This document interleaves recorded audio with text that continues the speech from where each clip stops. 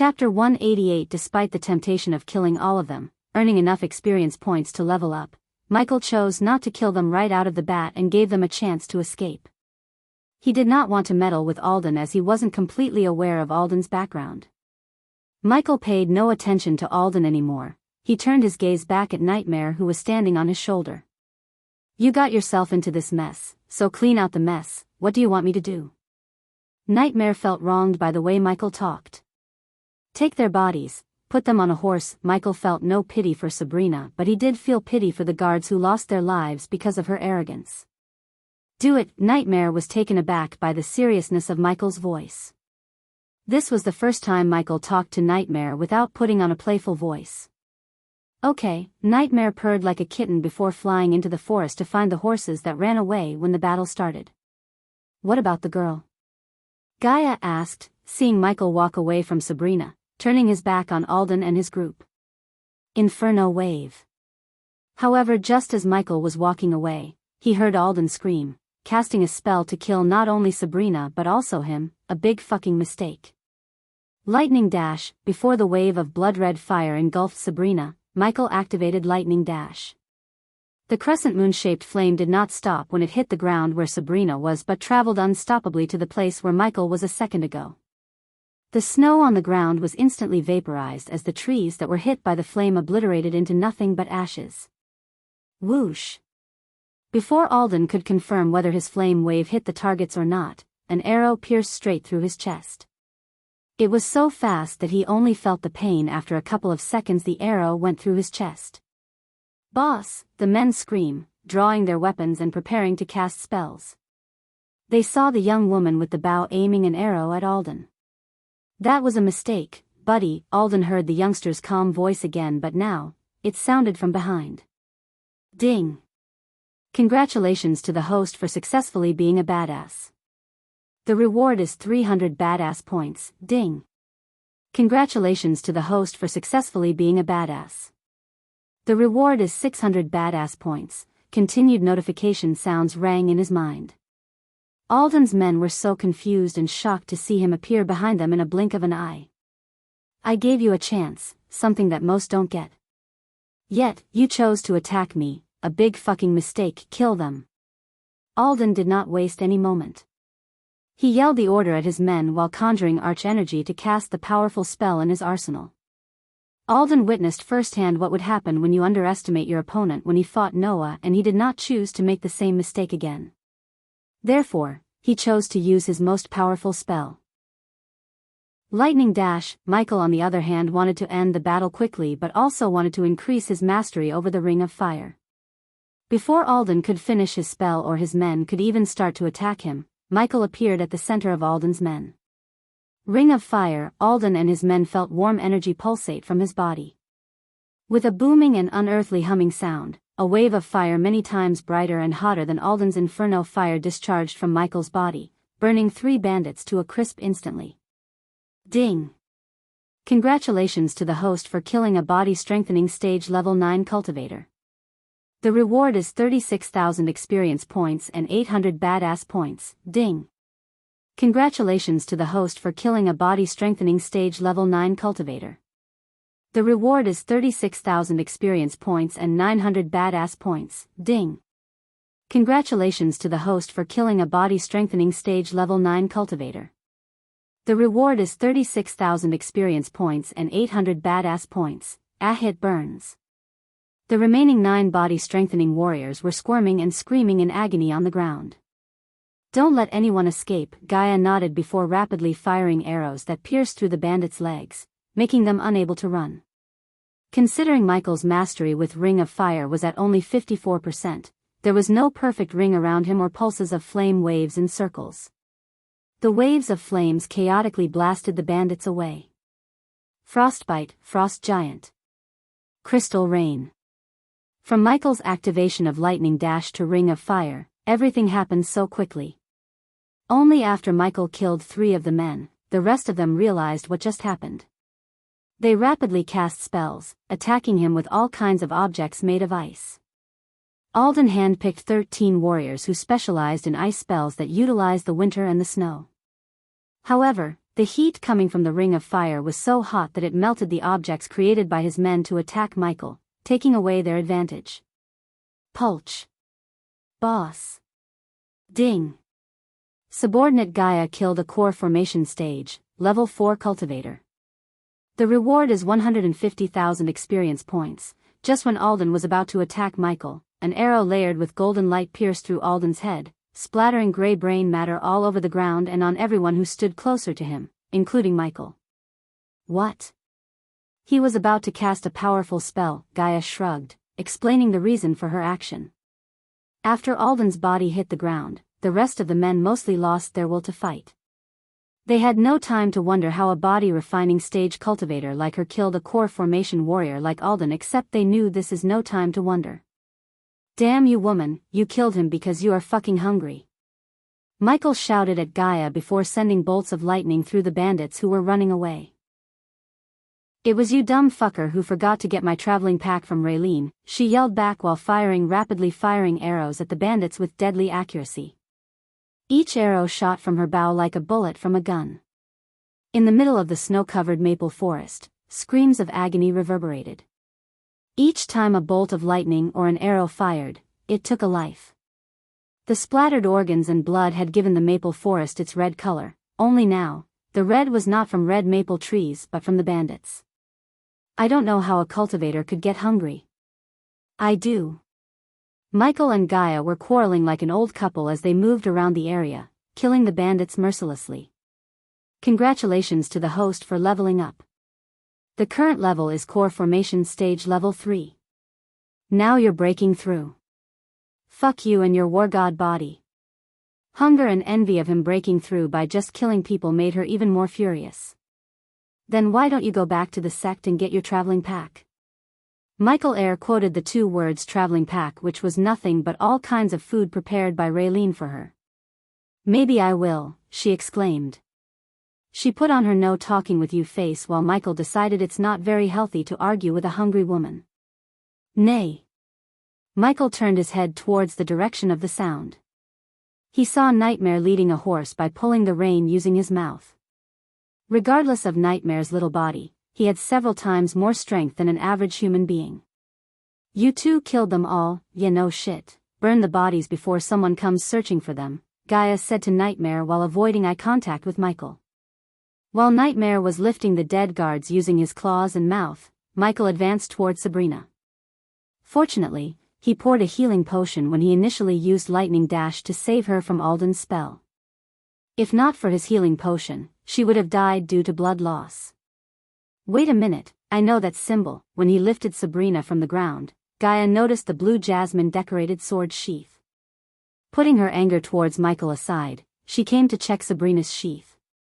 Luckily, Alden's spell still messed up her organs as she was still unconscious. It's a sheath given to all Holy Trident disciples. Where did she get it? Yeah, she was using spells that had the words Holy Trident, Nightmare said, putting the last dead body on the horse. Then she must be a disciple of Holy fucking Trident. I guess it's a big deal. After looking at Gaia's awestruck expression, Michael knew Holy Trident must be a very powerful place. Very. Holy Trident Academy is said to be the most powerful academy in Elon. They are so powerful that they would make Aragoth look like a declined sect. Interesting. Finally a slight smile appeared on Michael's face. Nightmare, did you find anything that could lead us to her home? While floating in the mid-air, Nightmare scratched his head recalling the conversation Alden had with Sabrina before his eyes lightened up. I heard that half-burned humans say her brother's full name, Noah Winston. Noah Winston? Even Michael was surprised to hear the familiar name. He couldn't believe that he just saved Noah's sister. Let's bug his home. Gaia was excited and so was Michael. If he could bug Noah's home, especially Noah's room, he might give some valuable intel about Guardians and even make him carry the bug into Guardian Guild headquarters. Next stop, Winston's.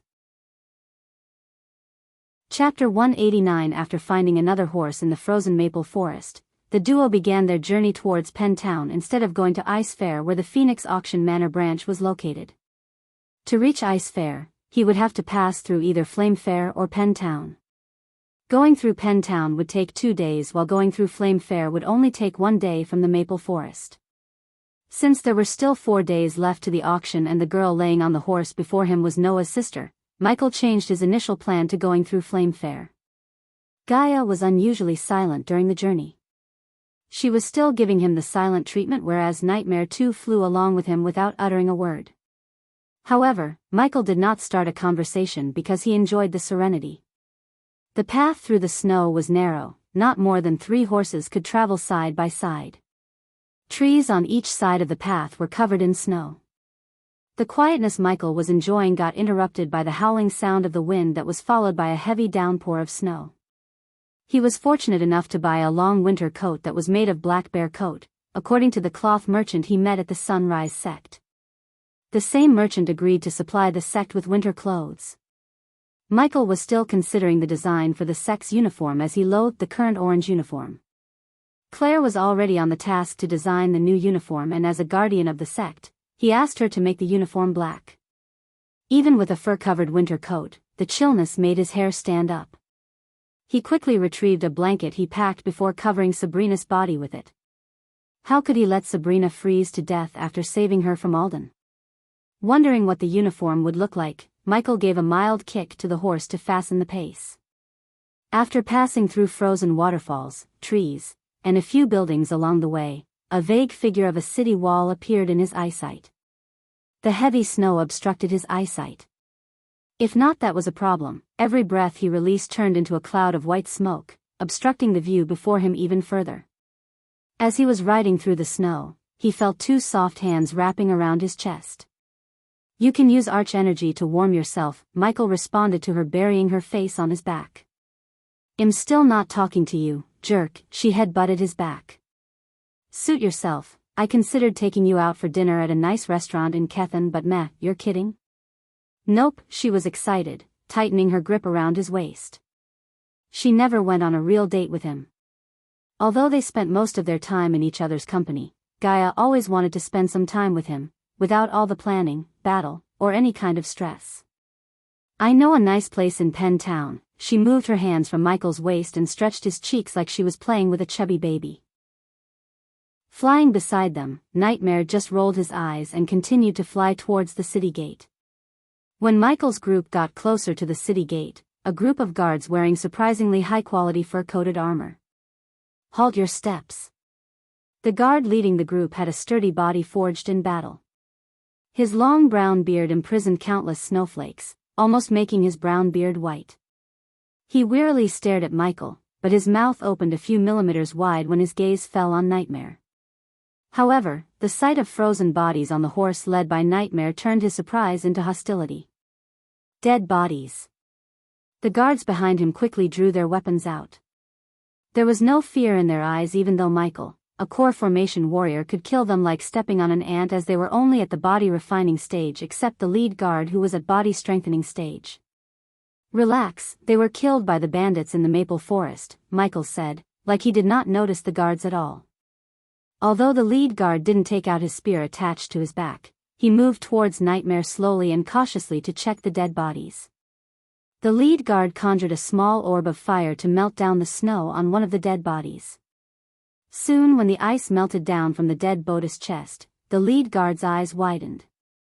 He frantically melted the snow on the other bodies before one of the guards behind him screamed, "It's the guards of the Winston family." "Sir, follow me," the lead guard said, taking the reins from Nightmare. The baby dragon was more than happy to give the rein to the guard. "To where?" Gaia's voice was grim, but Michael patted the hands around his waist, wordlessly asking her to calm down. "To the Winston family compound, lead the way," Michael gestured at the guard. It saved him the time to ask someone the directions to the Winston family. The lead guard overlooked Sabrina on Michael's horse. This wasn't unusual, as the lead guard might have assumed her as another dead body. The guards opened the large metal gates to reveal Penn Town. The first thing that caught Michael's eyes was the tallest building in Penn Town, a clock tower that resembled London's Big Ben. The rest of the buildings were covered with snow, barely revealing their oak wood walls and birch wood rooftops. Regardless of the snow, the township itself looked gorgeous. Penn Town had a captivating atmosphere. There weren't many civilians on the streets that arched in organic swirls around the aromatic bakery, cheerful taverns, and other buildings considering the heavy snowfall. There wasn't a big jaw-dropping difference between any cities in Breedia and Penn Town. Majorities of the buildings were two-story, while occasionally Michael noticed 3- or 4-story buildings. The buildings were built very close to each other like train blocks, but the pavements were spacious enough to have benches and small places to sit and eat, to relax as folk went about their day. Michael followed the lead guard's horse to meet the Winstons. After passing through lines of crowded buildings, the Penn Town opened up to reveal its inner city where the prominent families were located. Shortly a miniature version of the city gates appeared before him. The walls were illuminated by torches and had archers patrolling on them. Ding! Ding! Ding! From the other side of the walls, 3 loud bell sounds reverberated. Soon, Michael heard the gates open as another group of guards walked out of the gates led by an old man with neatly combed hair. He was dressed very conservatively and formally, consisting of a waistcoat, gray striped trousers, a white shirt with a Windsor cut, and a black tie. Without a second look, Michael knew he must be the Winston family loyal butler. "Captain Giles, what brought you here?" Although the butler's eyes betrayed his surprise when he saw Nightmare, he remained composed as a butler should be. "I brought some bad news, Samuel. Can we talk inside?" "She needs a warm place to heal properly," Michael interrupted Captain Giles, attracting the butler's gaze immediately. Michael jumped down from his horse as all the guards in the vicinity tensed up. He ignored the guards, taking Sabrina into his arms. "Young miss." Even the sight of the dragon couldn't make the butler act out of proper composure, but the sight of Sabrina lying in Michael's hands did. Captain Giles was stunned. He thought it was another body, but in reality, it was Sabrina Winston herself. "What happened to her?" The old butler leaped at Michael like a cheetah, checking her pulse. "She's fine, but she won't be if we keep standing out here in the freezing cold. Follow me." The old butler wanted to take Sabrina from his arms, but with the way the blanket wrapped around her, Samuel feared that even slight exposure to cold could kill his young Mississippi. Therefore, he led the way into the family compound, letting Michael carry her in his arms. "Move out of the way," the butler frantically waved his hands at the fancy-robed people on the way. When everyone thought the heavy downpour couldn't get any worse, it did. The wind caused walking difficult as Michael felt like an invisible force pushing him back, while the howling wind made it almost impossible to hear the old butler. After the struggle with Mother Nature, they finally entered a building to see a spacious hall where several people who wore high-quality fancy robes occupied. "Sabrina. Sobby. Sobby." From all the directions, Michael heard people shout at the girl in his arms. "Where is her room?"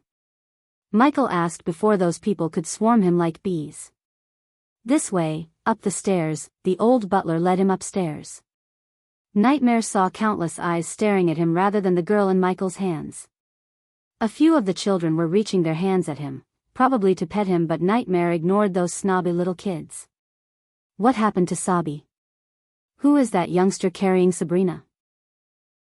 Is he one of Noah's friends?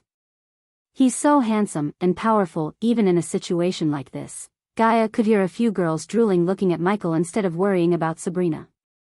The butler soon opened the first room on the second floor to reveal pink-painted walls. The wall behind the large bed had a rainbow drawn on it, while a large life-size teddy bear occupied the corner beside the bed.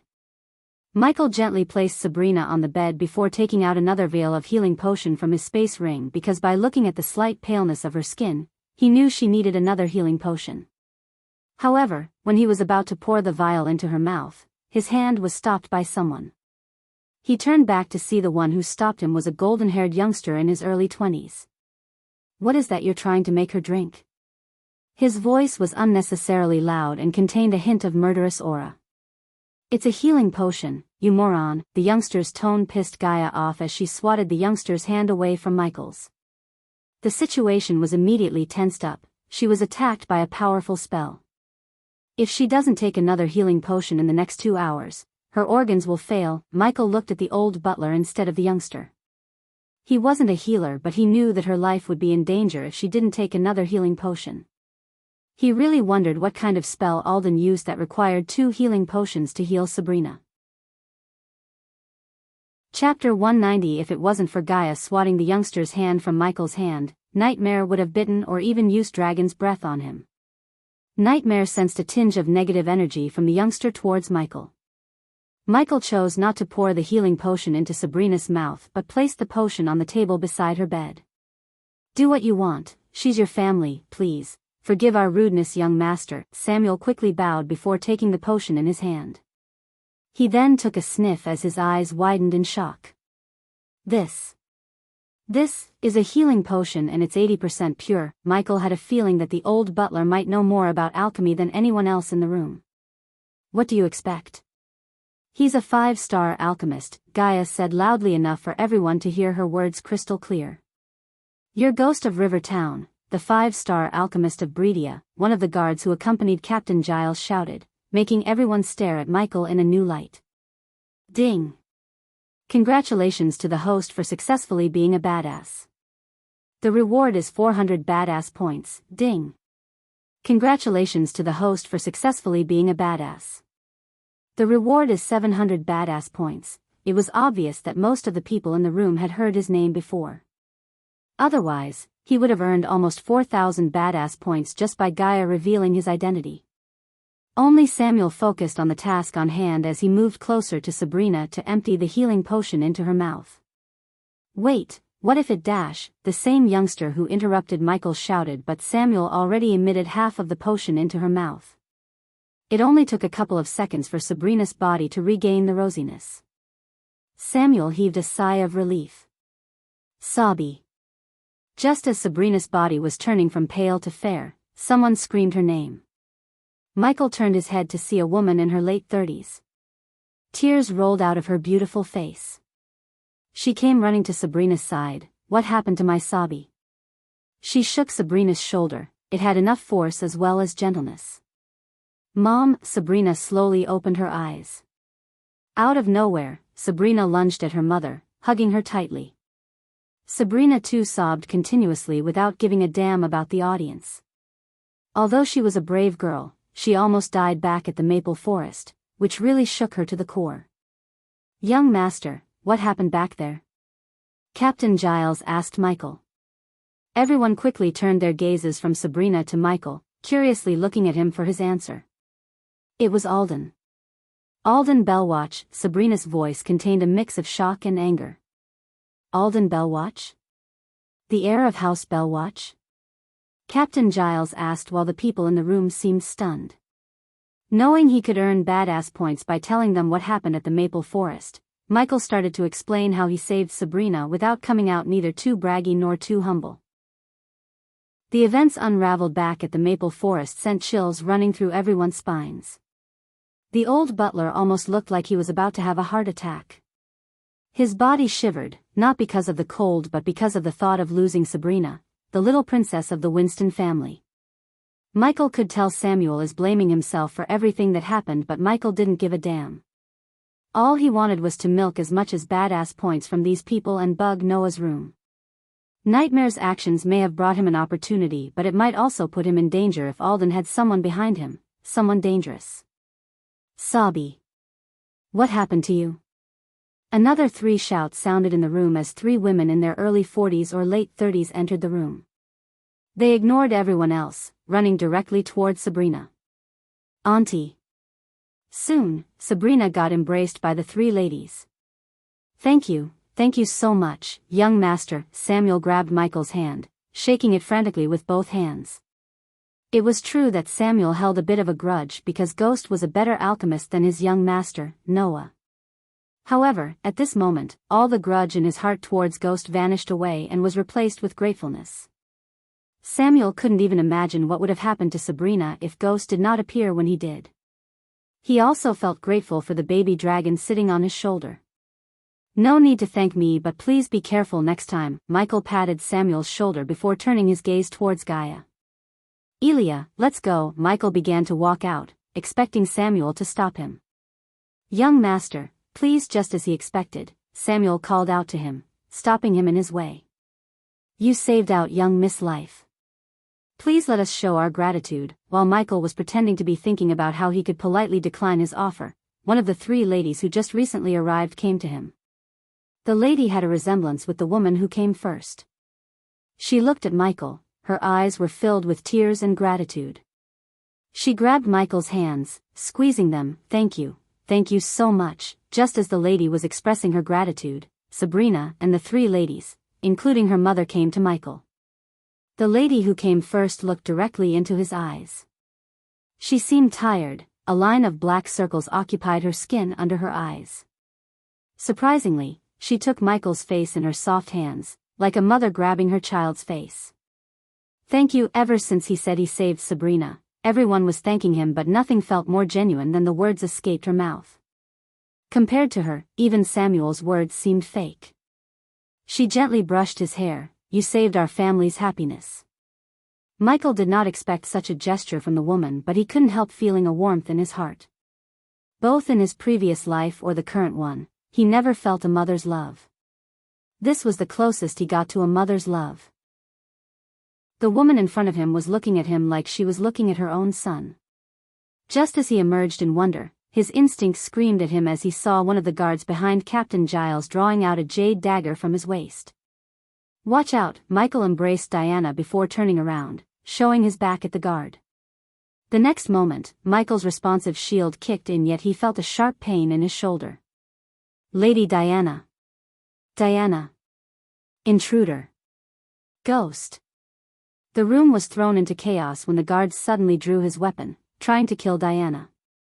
The guard was trained, extremely trained, as he was faster than everyone else in the room except Michael. Him drawing his dagger to plunge it into Michael's shoulder happened in just a few seconds.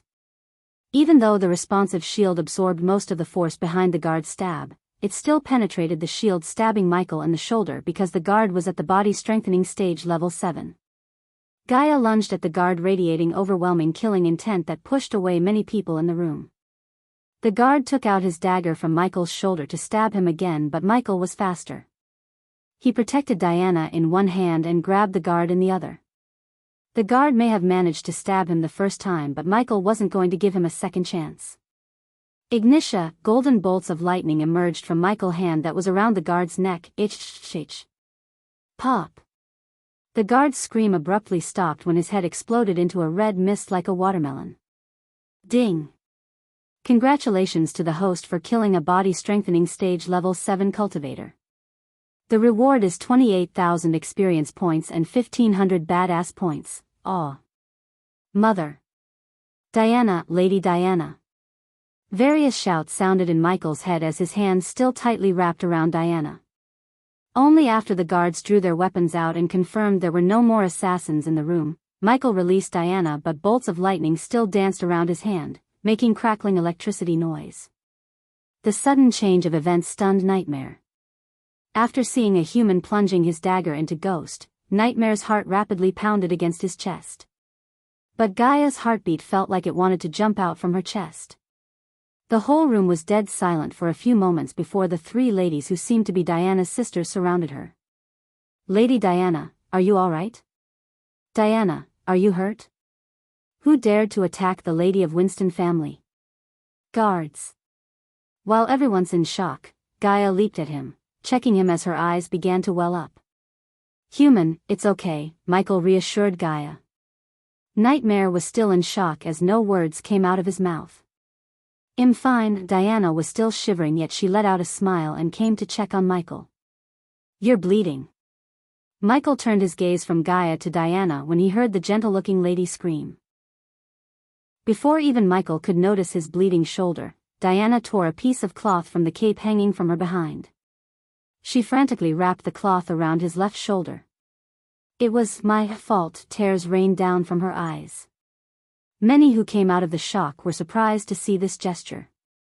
The lady of the Winston family tore her expensive dress to tend to a total stranger's wound.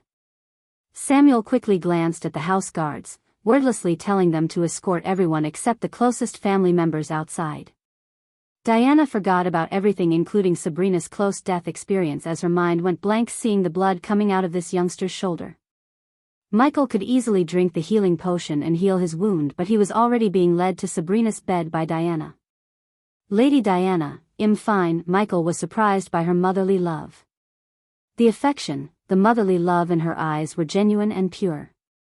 For the first time in his 2 lives, he was experiencing a mother's love. "You're not." She yelled at him, again like a mother. Chapter 191. Realizing the woman has lost all reasoning because of shock, Gaia retrieved a healing potion from her space ring. "Here, take it." Gaia sat on Michael's other side, handing him over the healing potion. He was sandwiched between a loving mother and a caring girlfriend. "Come here." While Nightmare was gawking at Diana, Sabrina plucked him up from Michael's shoulder. Nightmare seemed he's still in shock as no words escaped his mouth to protest. "Lady Diana, I'm all right."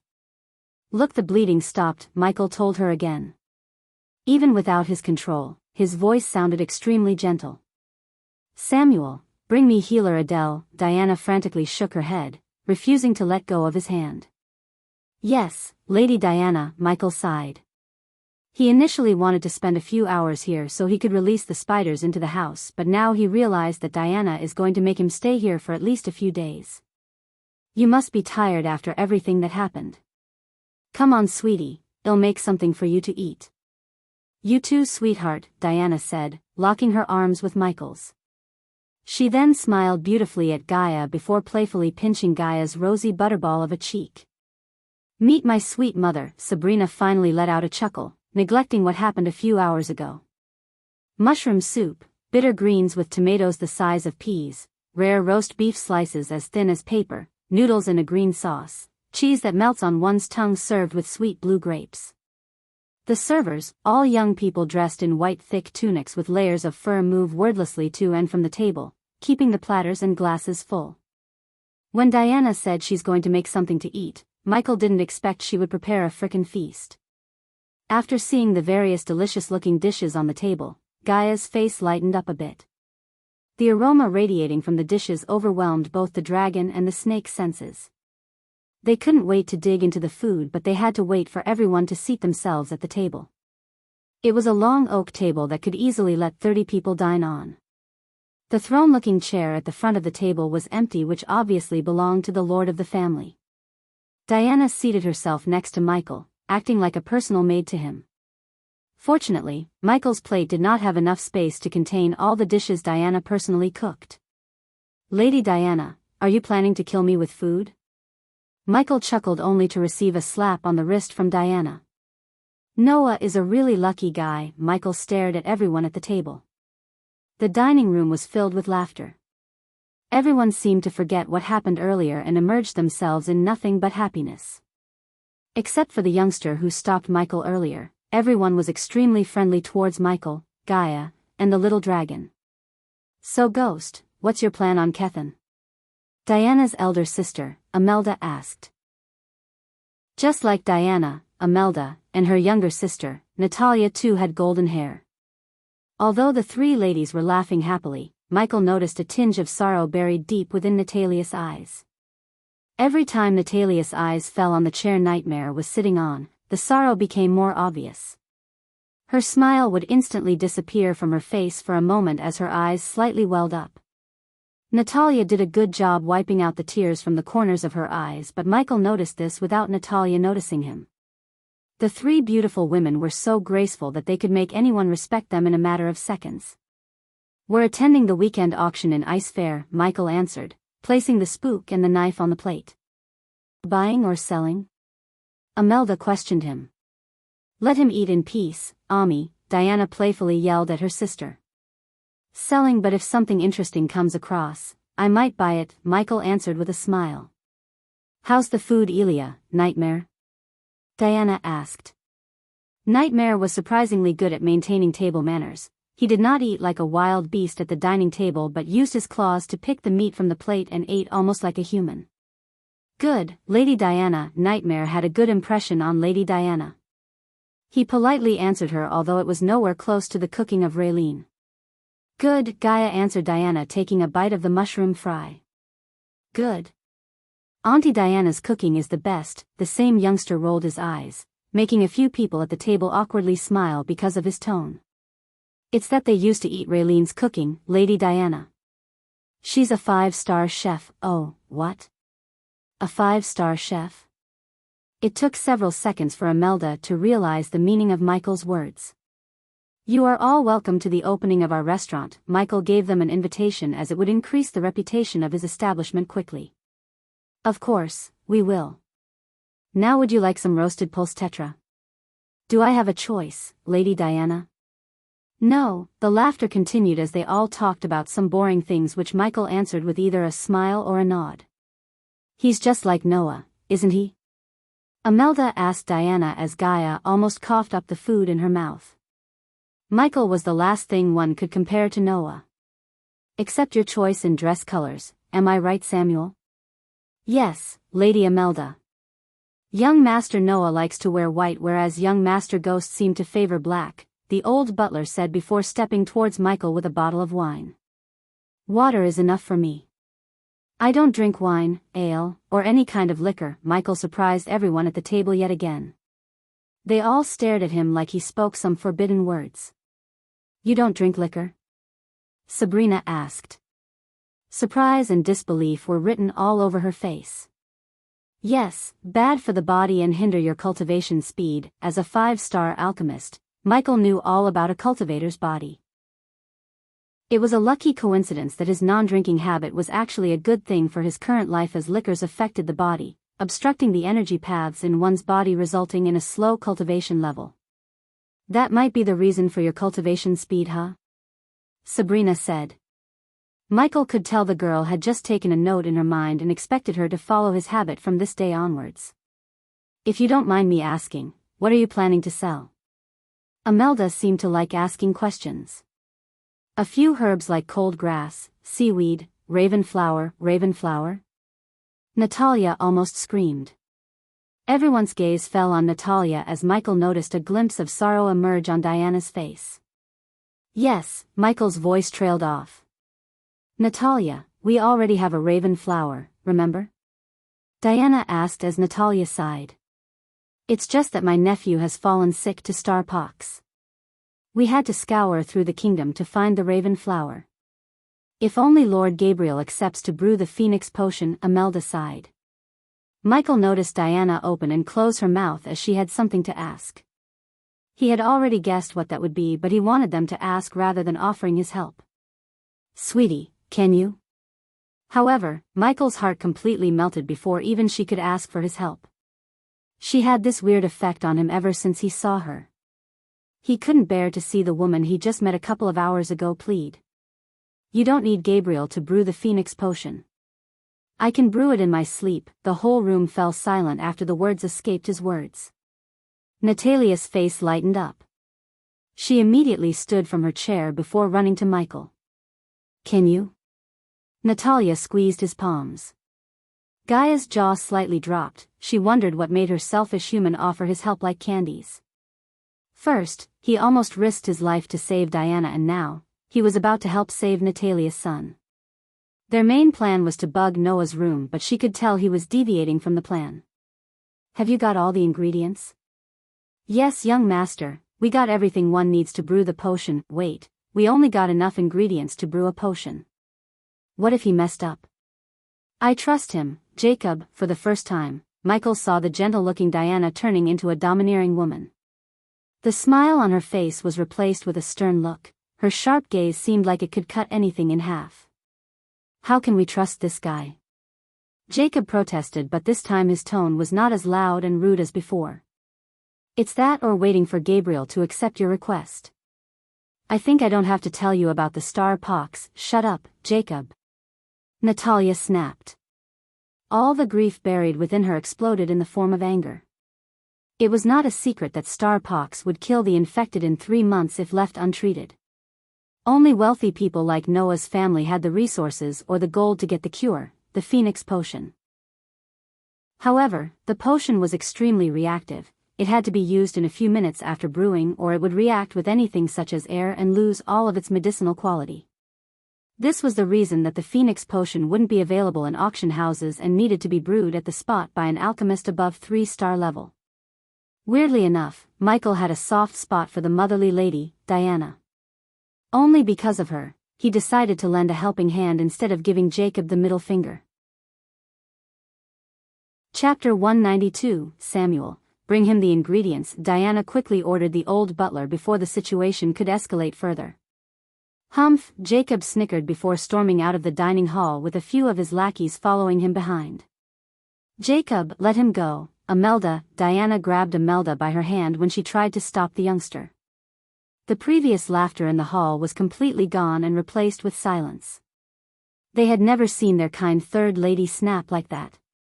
Even after her only son fell victim to star pox, she never showed the grief on her face as she believed her family would do absolutely everything to save her son. It had been 2 months since her son was infected with star pox. If they didn't give him the Phoenix potion within the next 30 days, there was no doubt that she would lose her only son. Now, where is your son, Lady Natalia? Michael wondered why Jacob wants him gone as soon as possible. He didn't have to act that way. Michael had a feeling that Jacob is feeling threatened by his presence but couldn't find out why yet. This way, young master, enjoy the rest of the day, gentlemen, Diana announced looking at the people in the dining hall. Knowing the meaning of her words, they all bowed and left the dining hall. Only the 3 ladies, Sabrina, Samuel accompanied Michael to Natalia's son's room. Considering there were no guards following them, Gaia retrieved a couple of spiders from her space ring before leaving them in dark corners of the corridor without anyone noticing. Except for Michael, none of them had a clue about the little spies in their home. After passing Sabrina's room and following Samuel for a few more minutes, Michael appeared before a door that had the name Andrew written on a dark brown oak door. Samuel opened the door to reveal an old woman was sitting on the bed. Beside the old woman, a blonde youngster sleeping peacefully. The old woman was applying a purple ornament on Andrew's forehead. Healer Adele, the old woman waved her hands at Imelda as she was telling all of them to scurry off. Healer Adele, we have found a 5-star alchemist, Samuel said. Only then the old woman turned her gaze away from Andrew. Soon, she locked eyes with Michael. The system notified Michael of her healer trait. Despite the disheveled hair and rather normal-looking clothes, Healer Adele was a core formation level 5 cultivator. A glimmer of surprise flashed across her face looking at Michael. Grandma, Sabrina ran to Adele like a puppy running to its owner. I heard what happened. I'm glad you're safe, Sabi. You should have listened to Samuel and took more men with you. Michael ignored their conversation, walking towards Andrew to check on him. His memories from Abras contained information about star pox, and the book of alchemy he used to become a 5-star alchemist made him understand not only star pox but all the diseases in this world. Except for his forehead that had purple ointment applied on, the rest of his body was pale.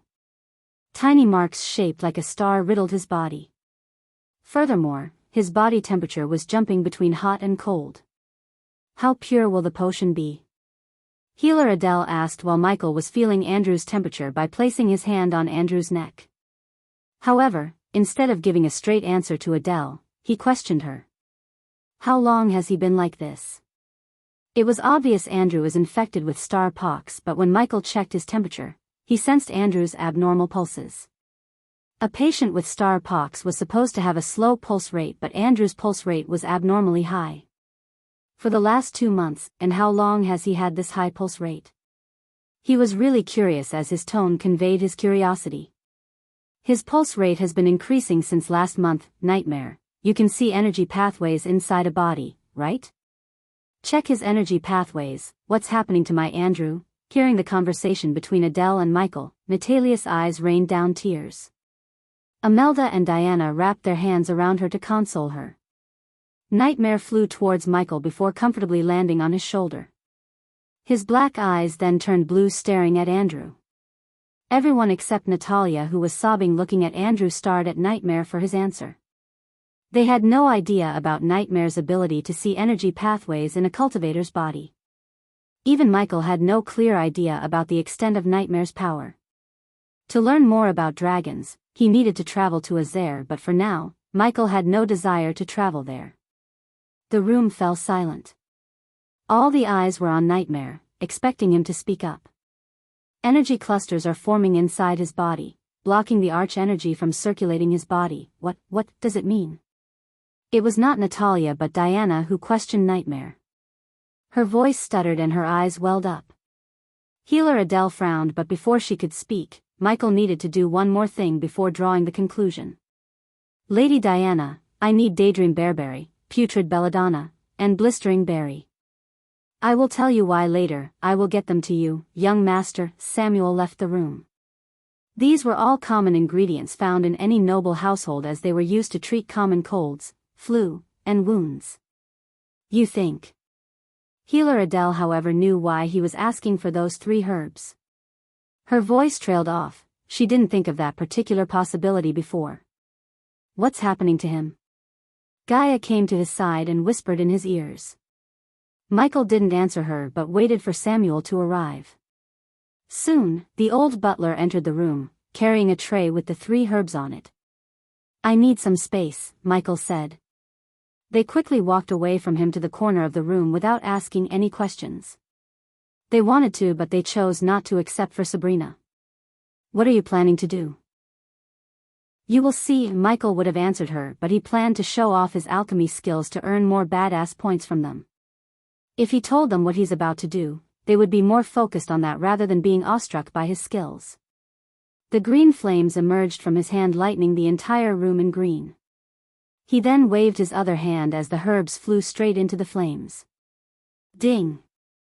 Congratulations to the host for successfully being a badass. The reward is 1,000 badass points. Ding!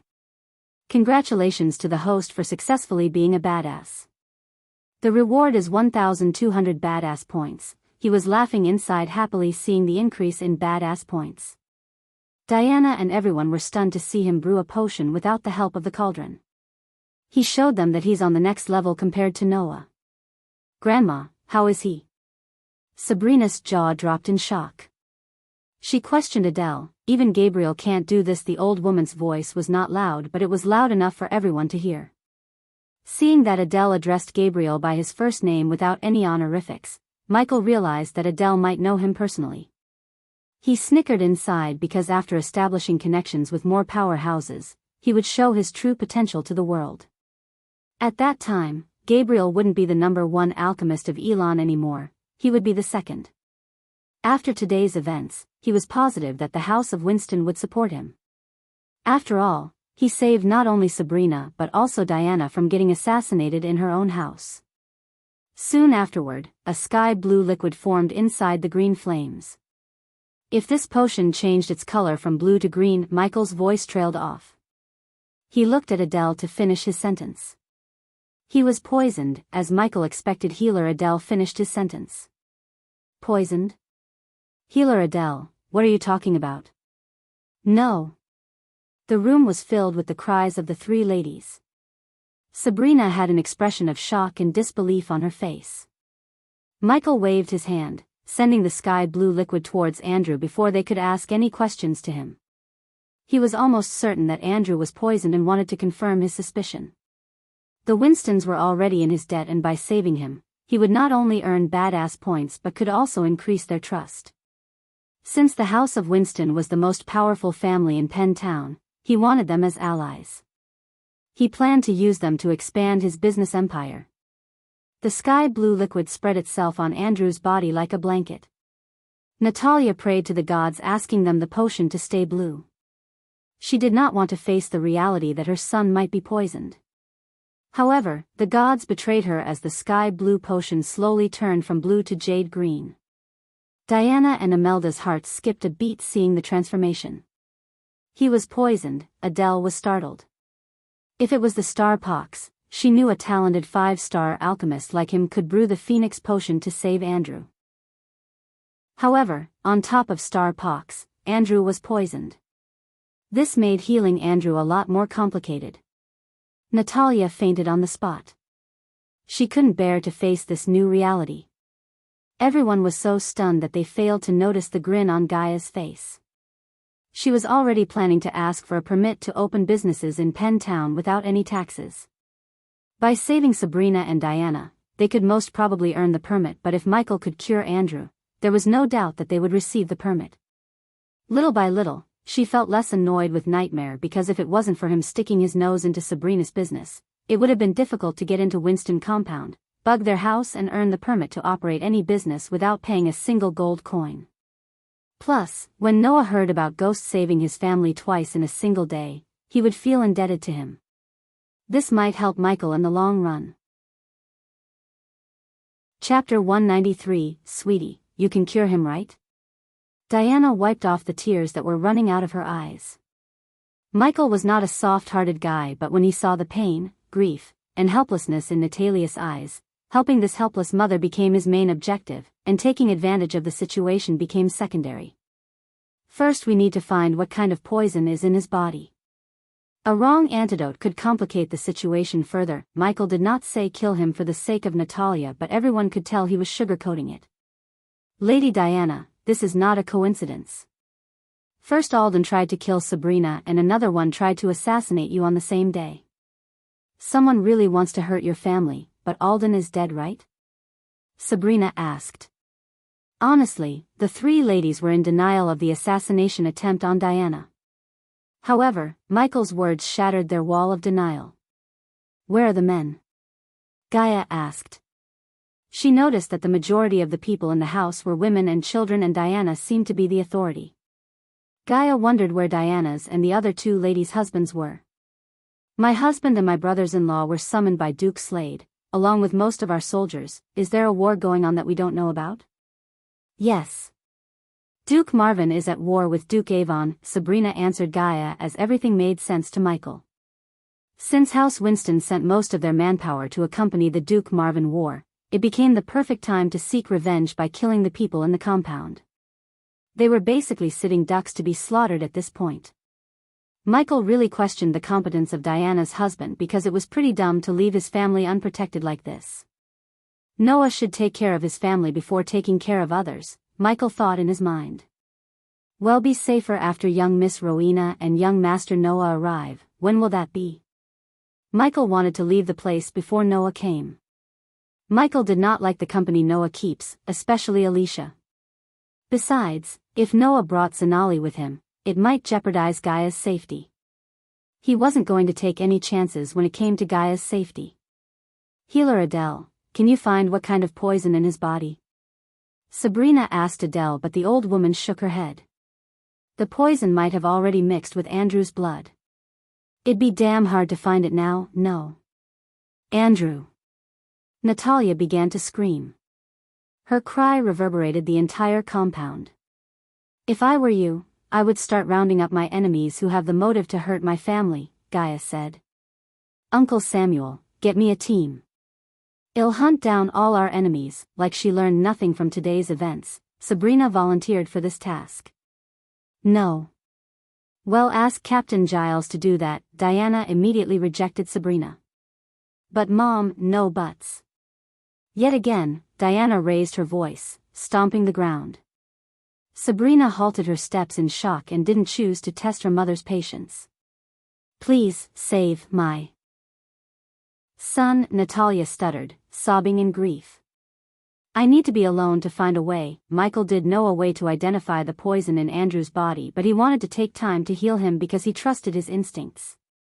Michael then stepped towards Natalia and squatted in front of her to take her hands. I will save your son. He then whipped off the tears running from her eyes. He was not a goody two-shoes who would help out anyone, but something about this family made him help them. Something deep down of him couldn't let this family suffer. There was still no doubt that Michael would kill Noah in a heartbeat if he stood in Michael's path, but Michael really wished he didn't. Besides, by helping this family, he could build a good Samaritan reputation that would hide his Lucifer persona. After all, many wouldn't suspect a good doer to be an evildoer in the night. Thank you, the three ladies said in unison as Samuel stepped forward to lead Michael to his room. Where did this bastard come from? Jacob was shouting at a figure wearing a cloak to hide their face. The veins on Jacob's face seemed like they were about to explode. He was shaking and walking from one end of his room to another. It doesn't matter. Alden is dead. We need to find another way to get what we want, the hooded figure said, taking off his clout to reveal himself. I know that, Giles. Alden is fucking idiot who lost all his reasons after Noah killed his family.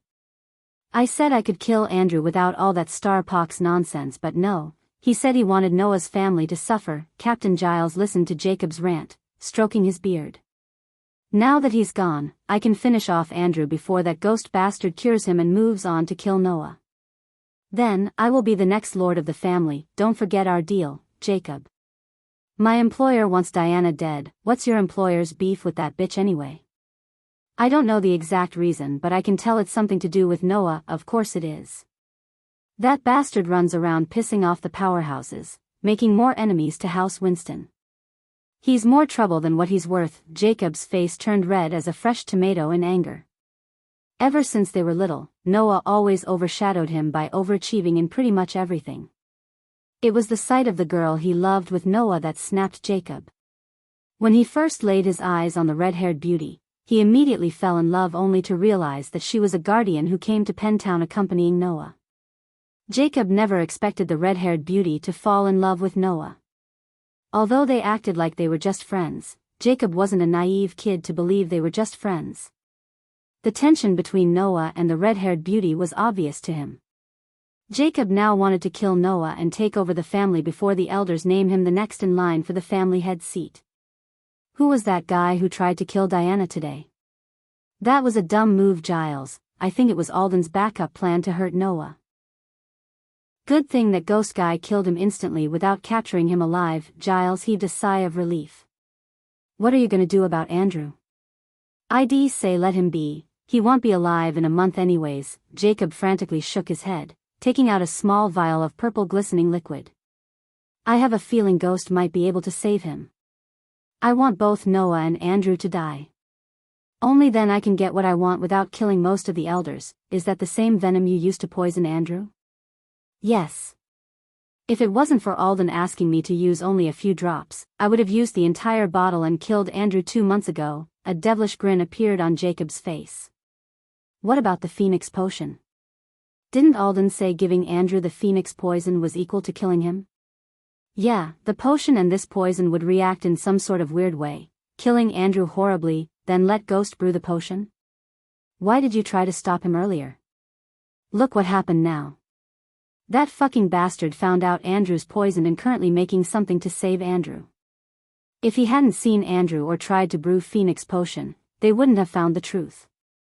Now I have to finish the job. How do you plan to do that? Don't worry about that, Giles. I can poison Andrew in front of Natalia and she wouldn't even notice. Giles saw a glimmer emerge in Jacob's hand. He looked closer to see a tiny needle come out of the ring in Jacob's middle finger. The needle quickly retracted itself back into the ring as Jacob willed. Few more drops of poison would do the trick. Jacob grinned, pouring the purple venom a few drops at a time onto his hand. The ring in his hand glimmered again before absorbing the venom into itself. I knew something was off about that guy. Inside the room given to Michael by the Winstons, he and Gaia were watching Jacob and Gaia through the mirror connected to the spiders. Stupid fuck. If you want to kill someone, you shouldn't draw all attention to yourself. Gaia shook her head like she was disappointed in Jacob. It was Jacob's stupidity of messing with Michael that made Michael send a few spiders to his room. If Jacob had just stayed silent all the time, Michael wouldn't have suspected him in the first place. Although we know about Jacob and Giles, we can't go accuse them unless we say that yeah, we bugged your entire house. Only people like guardians need evidence, Gaia. People like us, we create evidence. Michael took out a paper and quill from his space ring to forge a letter that was supposed to be from Captain Giles to Jacob, implying all the information needed for the Winstons to suspect both of them. Michael didn't worry about Guileless' mysterious employer because that was not his problem, it was Noah. After all, although Michael had a soft spot for this family, he knew he can't always be there to save them. Who knows, if he was lucky, he could get a gift from the system when he cured Andrew. He did get one when he saved Raylene and the children. Chapter 194, You look cute, Michael said, squatting down to brush Gaia's head. She was in her miniature snake form. Her scales were glimmering in violet, 2 round eyes with vertical slit pupils stared at Michael. In Michael's eyes, she resembled a king cobra of Earth, only she was violet and 1.5 meters long. I'm not cute, she hissed, but Michael surprised her with a kiss on her snake head. For me, you are. Michael already put the letter in his interlinked space ring so she could access the letter when she reached Jacob's room. Then, he took out a colorless liquid and poured the liquid all over her body. "You're wet," he blinked at her, letting out a playful smile. "And you are a pervert," she hissed again before leaving the room towards Jacob's. A few minutes after Gaia left the room, Nightmare flew through the opened window to Michael's shoulder. "I checked the surroundings, no intruders in the vicinity, it's better to be safe than sorry," Michael patted Nightmare on the head. He then just sat on his bed waiting for Gaia to finally put his plan in motion. While sitting on his bed, he could see the shadows flicker outside the room through the gap under the door. It was obvious either one of the three ladies was waiting for him outside his room. Ignoring the person outside his room, he began to control the spiders to move to every room in the manor. From today onwards, if anything happens in Noah's home, Michael would know it sooner than Noah himself. He did not have a clear idea about what he could learn from bugging Noah's home, but he hoped that he would get some valuable information on guardians. After a few minutes of waiting, the violet snake slowly advanced into the room through the opened windows before transforming into her human form. She then looked at him, giving him a thumbs up with a wide grin on her face. "Everything's in place, but before we go out, we need to decide what should we ask in return for what we did to them. What do you have in mind?" Michael asked as Nightmare stared at her curiously. He could tell her by looking at her face that she already has something in her mind. License to open businesses in Penn Town with no taxes. Free permits from the Winstons. Although Michael had no plans to open any business in Penn Town, he knew getting these free permits would greatly help him in the future. Until now, he had no need for permits as Rivertown is said to have belonged to the Sunrise sect. Therefore, he didn't pay any taxes to Baron Totonk except a small percentage of the profits to the sect. The only source of income for the Sunrise sect was this small percentage they got from the Majestic. However, this would soon change when they merged with the Broad River sect. "Don't ask them before they ask what we need," Michael said. Alright, Gaia knew they would try to repay Michael's kindness somehow, and when they try, she would ask for free permits. "Let's go." With a plan to end both Giles and Jacob's lives, Michael walked towards the door. "Sweetie," the moment Michael opened the door, he saw Diana waiting for him with Imelda and Natalia. The three ladies leaned towards him, expecting his answer. "I have found a way to save Andrew, but we need to act quickly, thank the gods." Diana and Imelda heaved a sigh of relief as Natalia shed tears of joy. "Lead the way." Michael gestured at Diana with a smile as she frantically nodded before walking towards Andrew's room. On his way to Andrew's room, he saw a large group of guards gathered at the hall on the first floor. Sabrina was standing in front of them and seemed to coordinate with the guards. When Michael opened Andrew's room, Samuel was covering Andrews with a thick wool bed sheet to prevent the cold from seeping into his body. Sitting on the bed beside Andrews, healer Adele was applying an ointment on Andrew's forehead. The pungent smell of the ointment overwhelmed Gaia's sensors in her nose to make her frown. Yet, she controlled herself from complaining about the smell. "Young master, have you?" The old butler's voice trailed, but when he saw Michael nod his head, Samuel's face brightened up.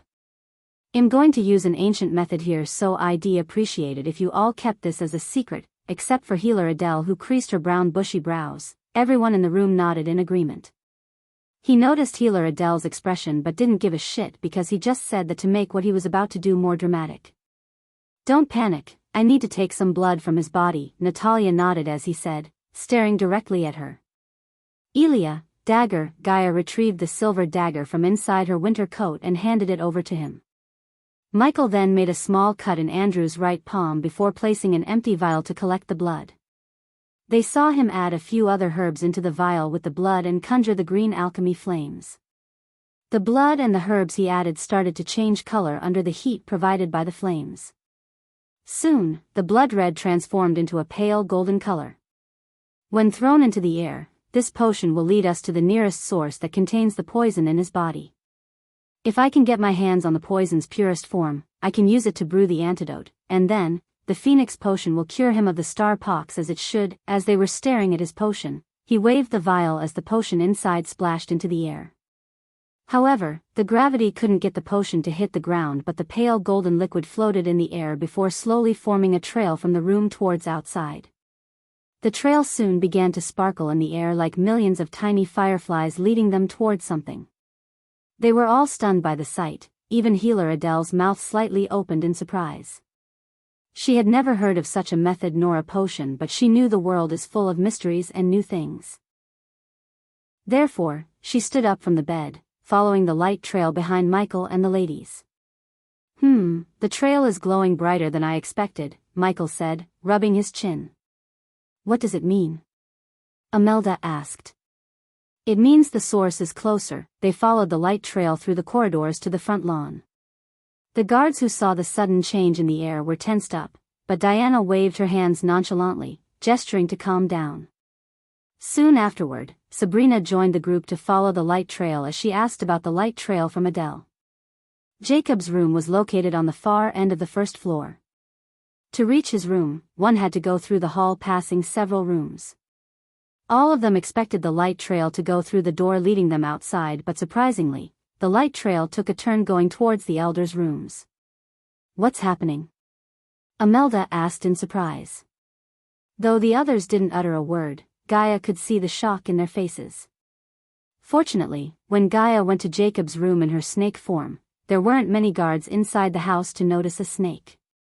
She also had to thank the man or the woman who decorated the house with countless tables, flower vases, and sofas that provided her with the much-needed cover to finish her task without getting detected. Why is the light trail going into Jacob's room? Everyone was thinking about it, but it was Sabrina who spoke her mind. This was a question that only Michael, Gaia, and Nightmare knew the answer for because Michael planned it in the first place. Weird, Michael pretended to be surprised. If my guess is correct, the poison source is close. Look at the brightness of the light trail. I guess the source is inside the house. Gaia folded her arms against her chest confidently. Diana and Imelda's faces lost their colors.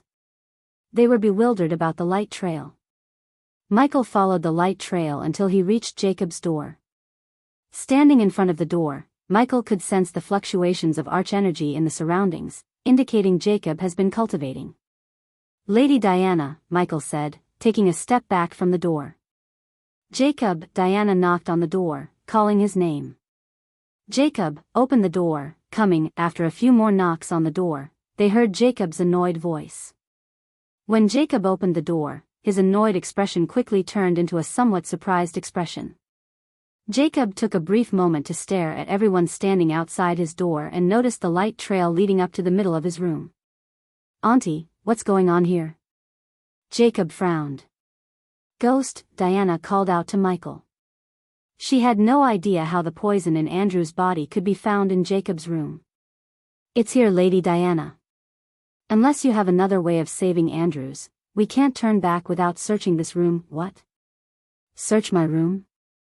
Jacob was already annoyed at Ghost for hindering his plans, and when he heard that he wanted to search the room, Jacob snapped.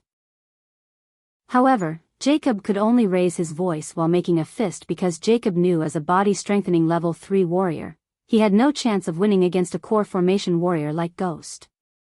Since Ghost had already saved Sabrina and Diana, Jacob knew that the Winstons would definitely protect him even if his father wanted to take any action against Ghost. Step aside, Jacob. Sabrina pushed Jacob away before entering the room.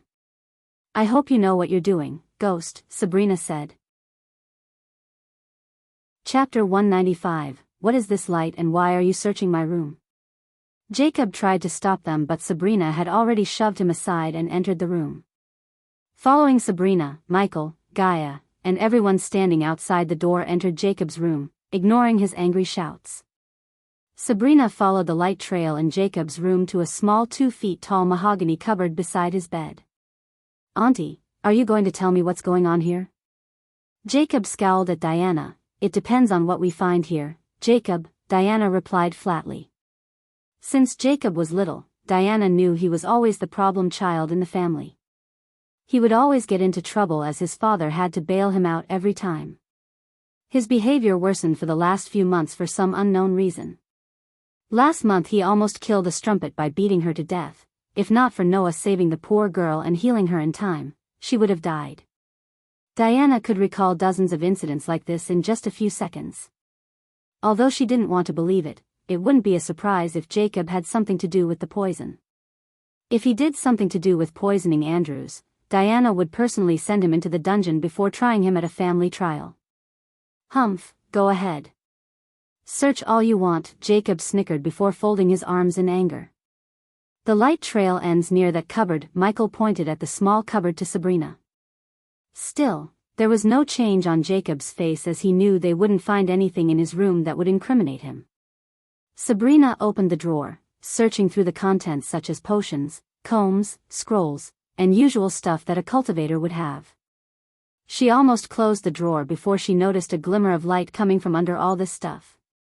She rummaged through the items to find the light coming from a letter that had no writings on the outside. Jacob was so busy staring at Ghost, he failed to notice the veins under Sabrina's face popping out. Her eyes instantly turned red as one could hear the sound of her gritting teeth. Shock and disbelief occupied her face. What is it, Sabi? Imelda asked after sensing the killing intent radiating from Sabrina's body. The killing intent was so intense that it instantly drew Jacob's attention towards her. He noticed Sabrina standing near the cupboard like she was nailed to the ground, slightly trembling. Jacob, everything is in place to kill that bitch Sabrina. Make sure it looks like a bandit attack. Sabrina began to read the letter out loud. Her words stunned everyone, including Jacob.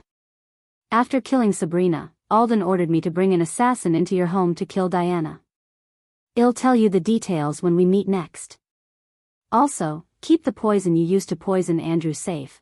We might need it to kill Noah. Nightmare expected someone to interrupt or ask something, but all they did was stand there speechlessly. He almost rolled his eyes when he noticed Gaia pretending to be thoroughly shocked. He had to give it to the snake for her acting skills. Victory shall be ours, Giles. What? What is that? Jacob's body began to shiver after Sabrina finished reading the letter. He had zero clues about how or when a letter like this reached his room. I don't know anything about that letter. It's not true. Jacob shouted. Even the eyes of Samuel contained a tinge of killing intent hidden within. So that's why you want me gone, huh? Michael asked to fan the flames of Sabrina's anger, so she would start attacking him. Just like he planned, she lunged at him, conjuring arch energy around her fist. Although she was just a body refining stage cultivator, she was extremely quick as Jacob didn't have time to react before she punched him in the chest as hard as she could.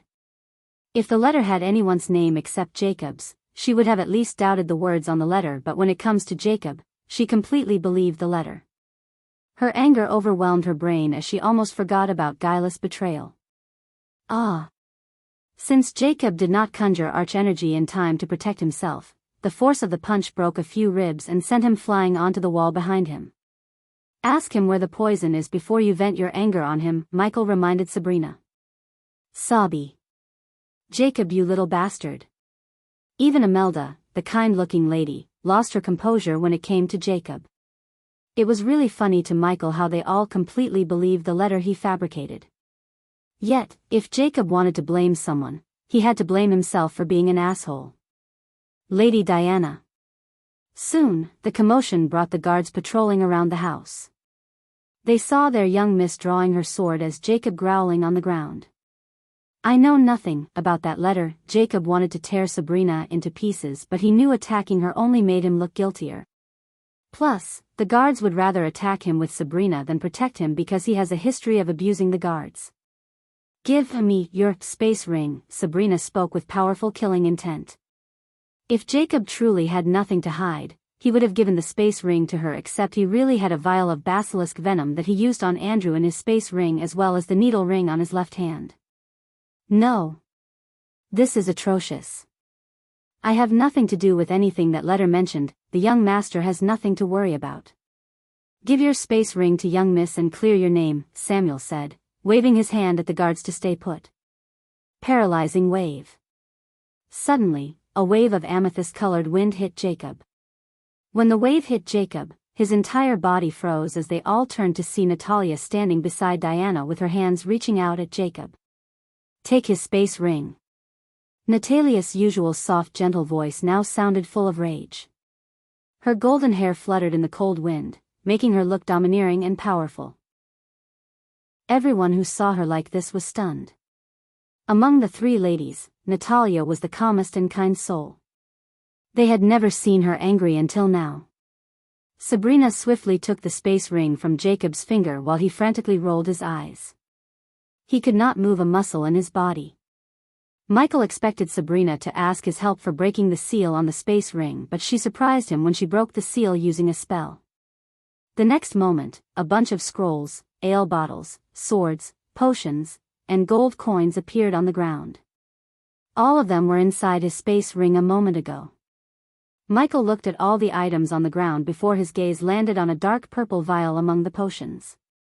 What do we have here? Michael made his way to the vial and picked it up. Is that basilisk venom? Healer Adele quickly recognized the venom. A few gasps sounded from the guards. Most of them obviously heard about basilisk. The mere thought of the monster sent a chill running through their spines. Yes, this is the venom used to poison Andrews. After pretending to be studying the venom, Michael exclaimed. Explain why you have this poison in your space ring, Jacob, Diana asked, gently pushing Natalia's hands down to release Jacob from the spell. So it's true, you were plotting to kill me and my mom. Wait. But Jacob's cry had no effect on Sabrina as she charged at him again, curling up her fist. She punched him in the face. Did you hear that? Yes, young Master Jacob was trying to murder Lady Diana and young Miss Sabrina. Young Master Noah and young Miss Rowena is going to shred him to pieces. It was fortunate that we had Ghost to save Lady Diana in time. The guards began to chatter among themselves. The guards didn't know what was written on the letter, and those who knew didn't utter a word. They wanted to capture and interrogate Giles without alerting him.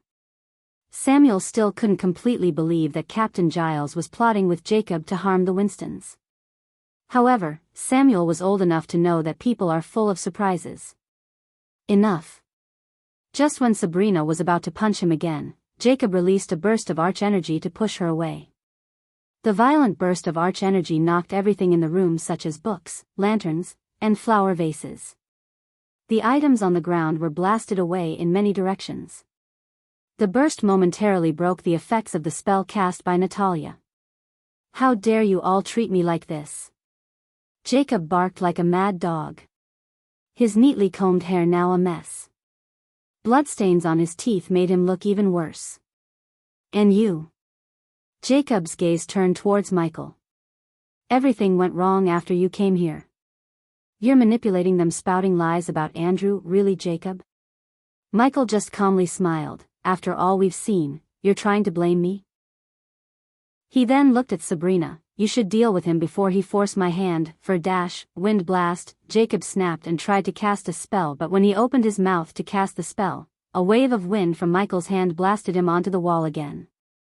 The force of the wind was so powerful that a web of cracks formed in the wall when Jacob's body collided with the wall.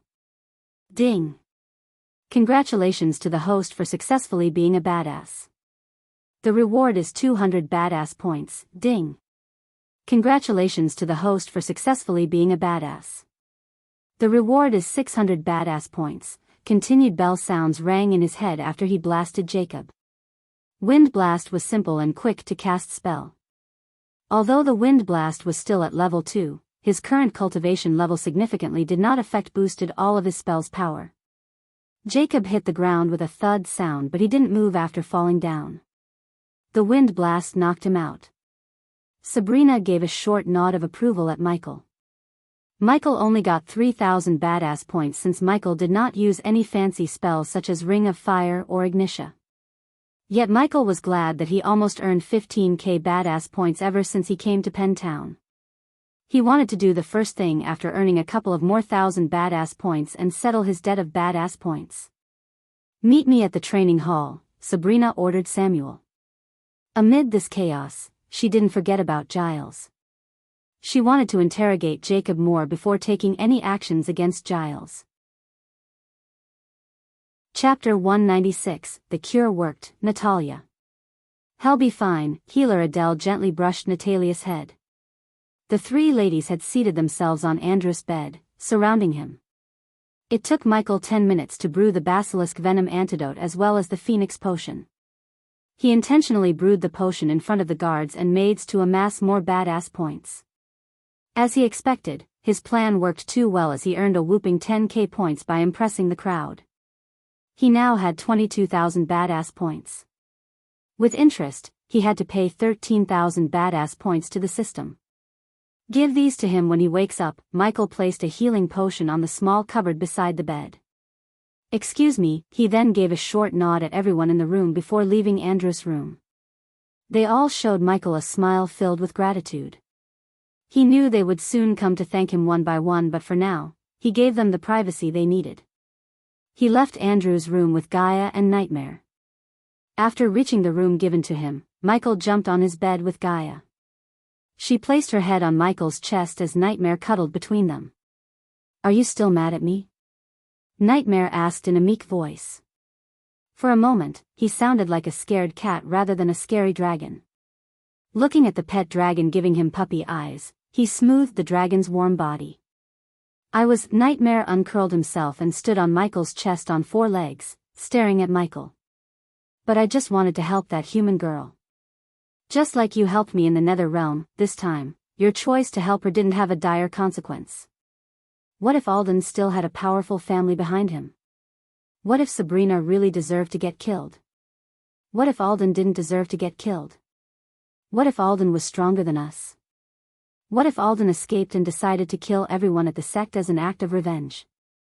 Michael continued to raise questions, slowly making Nightmare realize what could have happened because of his actions. Helping others isn't a problem, but helping without knowing everything is.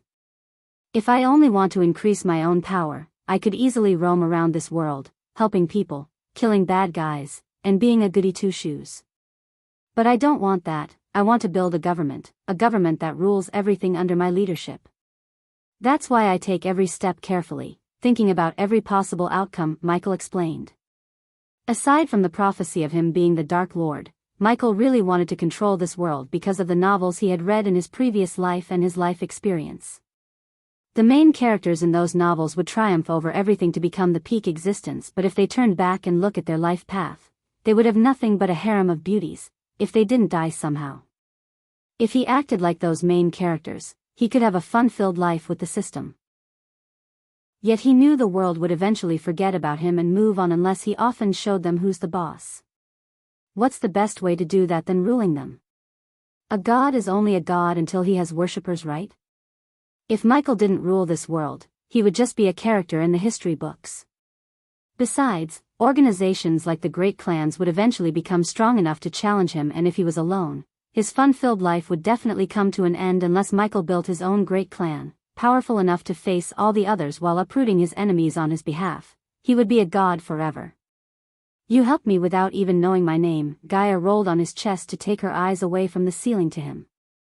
"That was need not help, what do you mean?" She raised her brows. Clearly, it was not the answer she was hoping for. "I just came to this world knowing basically nothing. Hence I needed someone to tell me everything I wanted to know. You were a crippled girl and looked kinda okay too, so I rescued you." Her eyes twitched like she was controlling her urge to punch him in the face. "What do you mean kinda okay?" "My mistake, you're not kinda okay. You're fugly." "What's fugly?" Nightmare asked while she was clenching her fist. "Fucking ugly, bastard." She started to headbutt his chest furiously as Michael and Nightmare laughed out loud. Soon, he grabbed her by her hands, stopping her from wiggle. Their eyes locked in, entering a staring contest. Little by little, Gaia's anger dissipated as she began to breathe heavily. He moved closer and closer until she could feel his warm breath on her face. "You're the prettiest girl in my heart." Nightmare immediately closed his eyes with his wings when Michael locked his lips with hers. The tender kiss made him almost forget about the existence of Nightmare near them. Until they tie the knot, Gaia didn't want to have sex with him, and Michael respected her decision. Although he had the prettiest girl lying beside him on a warm bed on a cold night like this, the only thing he could get was a tender kiss. Michael savored every second of the kiss. Lesson learned. Nightmare wiggled himself in between them, breaking the kiss with his little body. "Good." Michael moved his head away from Gaia's. He then licked his lips. A wry smile was plastered on his face. "Let's see what's happening around." A tablet-sized mirror appeared in Michael's hand from his space ring. A bright light flickered inside the mirror a few times before it showed the Winston family hall. They saw a few guards standing in the corners and a group of guards patrolling. Nothing caught Michael's interest until the mirror showed 3 guards standing around a campfire at the garden outside. "My cousin Lamar just came back from Flame Fair and you're not going to believe what I heard from him." Nightmare hopped on Michael's shoulder to get a good view of the mirror. "He said the whole town is under lockdown. He said that he had to pay his way out." "No surprise there. Flame Fair and Ice Fair always get the worst of the winter," the guard replied in a thick accent while warming his hands above the fire. "It was not the winter that made those Flamefarers piss their pants, Trent. Someone is killing the wealthy cultivators in their own home and Duke Avon put the entire Flame Fair in lockdown." "Good lord, do you think it's Lucifer?" The guard's voice stuttered in fear. The mere mention of the name Lucifer made his legs turn into jelly. "I don't know, but he said the Guardians were swarming the place, so it's possible. Then Lucifer should kill that bastard Avon and end this fucking war," the third guard replied. "That's not all. A few days ago, someone killed a few soldiers of Duke Avon at the slave mines." "Slave mines? Why?" the guard with a thick accent asked. "Who knows? Did they catch the one who attacked?" Lamar said he heard the one who attacked used a teleportation scroll to escape. "I guess it must be some rich brat who loves the thrill, so she used the teleportation scroll," Michael said. Bugging Noah's home had already started to pay off. He never expected to find out what happened at Flame Fair without even going or sending someone to Flame Fair. "It seems the Guardians left the royal land to come to Flame Fair, or we have another copycat. Either way, I have to go to Flame Fair." "You mean we have to go to Flame Fair, right?" Michael shook his head. "No, you go to Abyssal and make sure Arya put her heart into serving us." "But she was about to protest when Michael put his finger on her lips. "No buts. We can't be at 2 places at the same time. You go to Abyssal and I go to the Flame Fair." "What about the auction at Ice Fair?" Nightmare asked. "Well, leave tomorrow morning and if you can, you meet us at the auction." "All right," Gaia sighed. "Where is that Diana lady?" "We cannot leave without getting those free permits." "Speaking of Diana, is it me or that humans seem to be treating Ghosty differently?" Nightmare asked them. Gaia nodded at Nightmare as she noticed the way Diana acted too.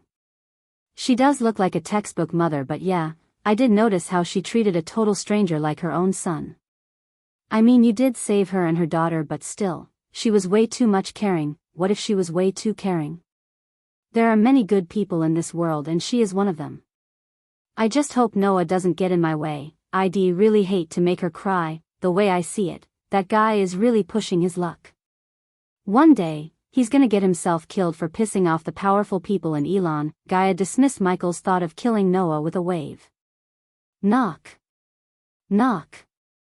Just as they were speaking and cuddling each other on the bed, someone knocked on the door. Coming, just by the gentleness of the knock, he could tell it's either one of the 3 ladies who knocked on the door. When he opened the door, he was proven right as Diana stood outside. Chapter 197. Lady Diana, is everything all right? Yes. Everything's perfectly fine, thanks to you," she said, but Michael could tell there's something else she wants to talk to him about. "Come on, let's go for a walk." "This has been a long day," Michael nodded as Diana waved her hands at Gaia and Nightmare to follow her. Soon, they walked through the corridors, hall, and reached the garden outside. A transparent energy dome around the garden prevented the garden from completely blanketed by snow. The sky was vacant of any stars, as a winter sky should be. Occasional glimmering stones lighted the garden as various color flowers danced in the wind. Especially a line of 5-petal flowers that drew their attention with its navy blue color. Michael walked behind Diana, brushing his hand through the flowers. "Lady Diana, it's not safe for you here. Why don't we go inside?" Although he sensed no hostile activity nearby, he didn't want to stay outside because Giles was still alive and he could easily plot another plan to assassinate Diana. If the assassin was at the core formation level, either he or Gaia could prevail, otherwise, they would be in real trouble. "It's fine, I feel just as safe with you as with my children, I guess, thanks." Michael scratched the back of his head with a doubtful smile. Diana was in front of him, so she never saw his expression. "No, it's us who must thank you for all you've done for me and my family." Diana halted her steps, turning back to look him in the eyes. Thank you, she took Michael's hand and clenched it tightly.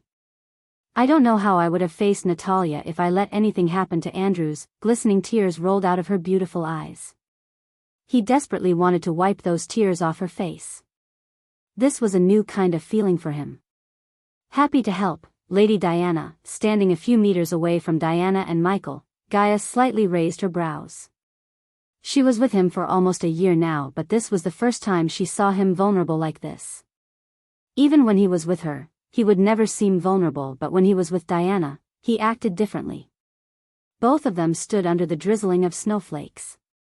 No words were coming out of their words, but silence enveloped them. Michael felt a calmness he never experienced before. HMPRH, Gaia coughed to break the silence. Finally, Diana let go of his hands and stepped back. Sweetie, you never told me where your parents are? They must be proud to have a son like you. I would have known if they stuck around to raise me. Michael just smiled, but both Gaia and Diana could sense the pain behind his smile. I am sorry, Diana stuttered. Don't be, Lady Diana. He quickly hid the pain and anger from showing on his face.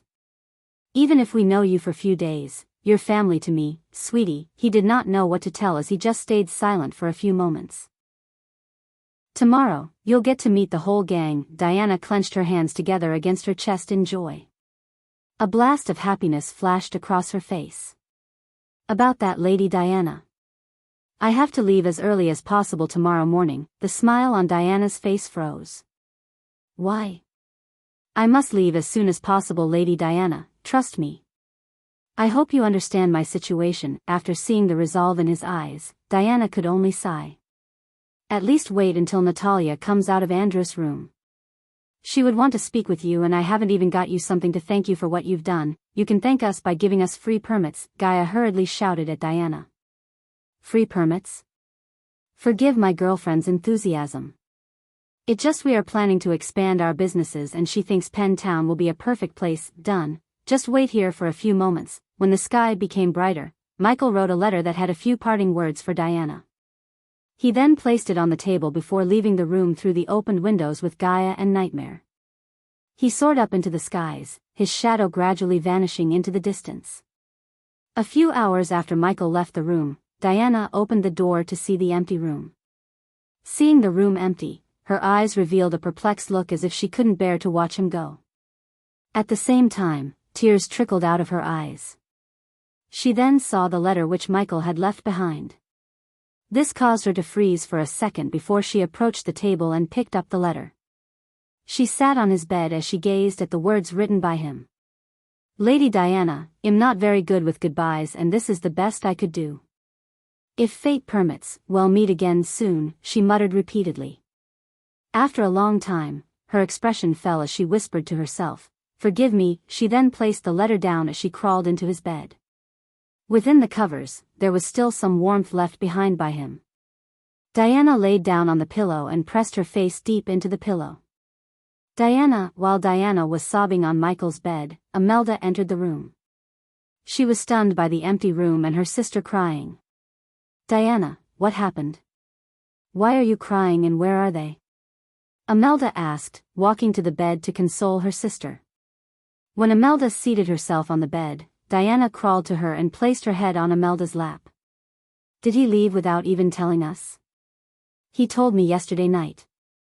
I just wanted to say goodbye to him. They must have had some important thing to take care of. Diana, but why are you crying like this? Imelda too noticed the way she treated Michael. She didn't want to question her sister when Michael was around, and since he's gone, she was able to ask Diana.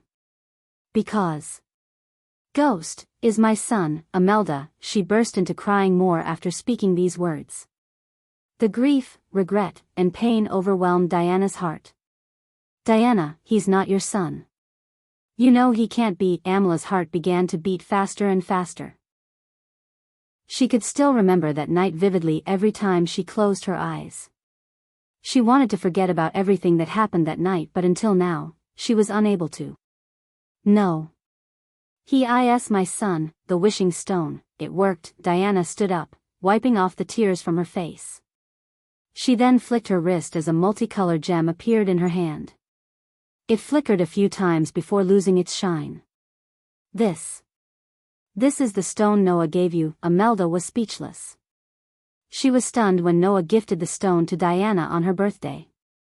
It said that a wishing stone could grant its holder's wishes if he or she wished from their heart and their wish wasn't about hurting others. Noah also said that there's only a couple of wishing stones existing in this world. I wished to see my Dean, and the very next day, I met Ghost. Ghost is Dean. Imelda, stop it, Diana. Imelda shouted as Diana's face froze in shock. That baby couldn't have survived, it's dead. You have only one son and you to accept that, no. Diana stomped her feet as the entire room trembled. Imelda was pushed back several feet by the arch energy exploded from Diana's body. 20 years ago, I made a mistake. I shouldn't have trusted that oracle. A mother knows her children. Imelda, he is my son. It had been 20 years since Imelda saw her sister like this. If she didn't stop cultivating 20 years ago to punish herself, she would have been half immortal by now. 2 decades ago, she was a warrior feared by many kingdoms in the Azer continent. Imelda's body shivered under the overwhelming aura radiating from Diana. However, Imelda had to overcome this fear and calm her sister down. Even if he is your son, do you think he'll be happy to meet us, the ones who left him to die on a sacrificial stage in the middle of a forest? The overwhelming powerful aura slowly dissipated from Diana's body. You know what would the Sky Hall do to him if they knew the baby survived and grew into a youngster? They will kill him. Diana's legs gave up as she dropped to the ground. She felt just as helpless as she felt 20 years ago. Even an animal would fight to save its child, but she left her 2-day-old baby to die. Ever since that night, Diana couldn't stop hearing the baby's cries. If it wasn't for her family, she would have already taken her own life. Ah, Diana cried out loud. Don't speak about this with anyone, Diana. If by any chance he's your son, he is. Diana sobbed as Imelda sighed, wrapping her hands around Diana to console her. He can't be the son you want him to be. He'd be killed along with everyone he knew in this world. Don't do that to him. So, you want me to pretend like my son doesn't exist? Rowena and Noah can protect him. We can protect him from the Sky Hall. Imelda shook her head. If we tell them about Ghost, Rowena will throw away her holy maiden position and Noah will fight for his twin brother, but they can't win against the Sky Hall, Diana. Even if Noah brought the entire Guardian Guild with him, Sky Hall will destroy them. You know this better than anyone. Diana had no response as she knew the truth in Imelda's words. She could only cry. That was all she could right now. I know how hard this is for you, Diana, but Dean can't be with us unless he could become strong enough to destroy the Sky Hall. Chapter 198. In a multitude of precious metal hues, snow clouds, silver and black, adorned the sky as if they longed to kiss the land. Under the snow clouds and rain of snowflakes, Michael was flying towards Flame Fair without a clue about what just happened back in his room. If he had enough spiders, he would have placed them in every room, including in the room he stayed in. Therefore, he prioritized the hall, Noah's room, and a few others and did not place one in his room. If he had done that, he would have realized that Diana is his mother. More correctly, a brass mother. Even before coming to this world, he had been the reason for the separation between Diana and her son. How far is this Flame Fair? Nightmare asked, standing on his shoulder. I think we'll reach the Flame Fair town in a few hours. The smokiness of the winter prevented him from clearly seeing the villages beneath him on the land. He could barely see structures of buildings and dim lights produced by the torches in those buildings. The guard was right, the winter is harsher here than in Breedia or Penn Town, so what should we do when we find this copycat? Kill him, Michael simply shrugged.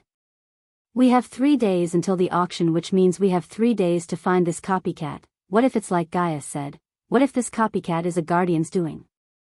If the system was on safe mode before, he may have chosen to intrude. Since it was not the case, Michael would definitely kill the one pretending to be him, even if that one was a Guardian. Then we'll kill them too. Michael and Nightmare continued to fly towards the north according to the map. Soon, towering man-made structures and a gigantic city wall vaguely appeared in the distance. I can sense some powerful presence on the city wall, Ghosty, Nightmare informed Michael. Although Michael could not see or sense any presence, he knew Nightmare saw the world and the energy around the world differently than any other species in this world. Considering many cities he had been in had no flying inside the city walls rule, he descended to the ground to enter the city through the main gate. Soon, as he was expecting, a group of soldiers approached him.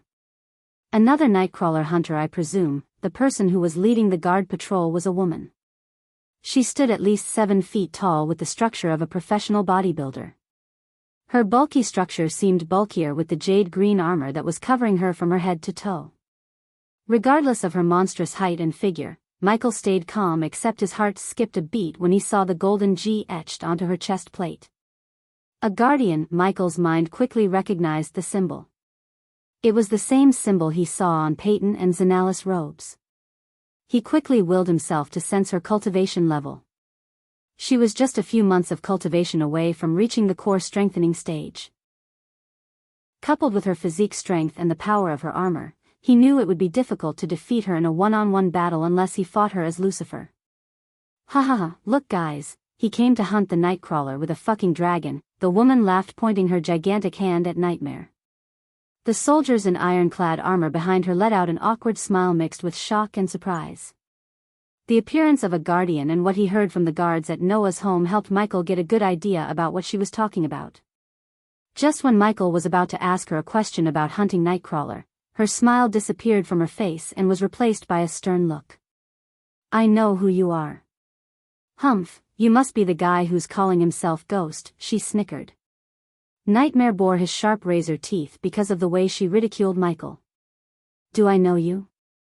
The usual calm smile on Michael's face was non-existent when he asked the woman.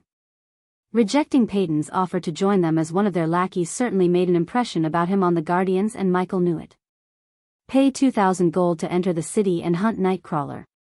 The city is off-limits otherwise, the woman spoke, turning her back to Michael.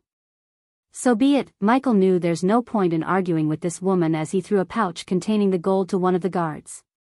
The woman had already stepped through the city gates and disappeared from Michael's eyes. Young Master Ghost, you're clear to go, and unlike the Guardian, the guards seemed to speak to Michael with the utmost respect. They barely looked at Michael and Nightmare in their eyes.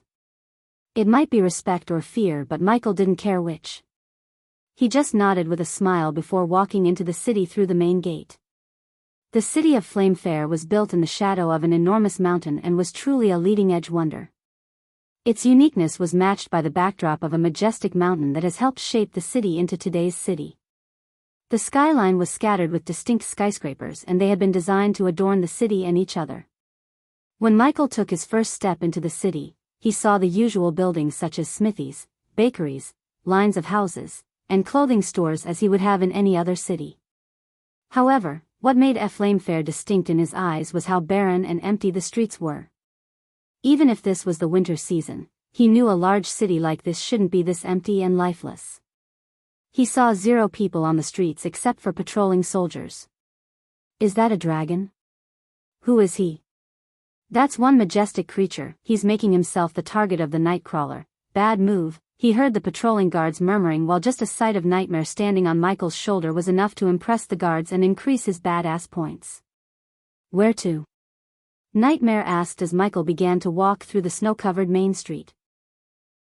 The first place you should go to if you want to gather information, a tavern. It took him a couple of minutes walking before arriving in front of a 2-story building made of gray stones and red bricks. A beautifully calligraphed board that had a drawing of an old plump woman with a mug was hanging above the door. Old Martha. Nightmare read the board as they entered the tavern through the old, metal door. He was welcomed by whispers and aromas of what's probably food, hopefully. The bartender on the other end of the tavern was cleaning the mugs, and when he saw Michael, he quickly smiled at him, but his smile quickly froze on his face looking at Nightmare. It was as dull inside as the streets outside.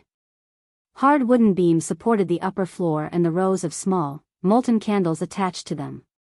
The walls were decorated with mounted animal heads and small animals. The tavern itself was almost completely abandoned.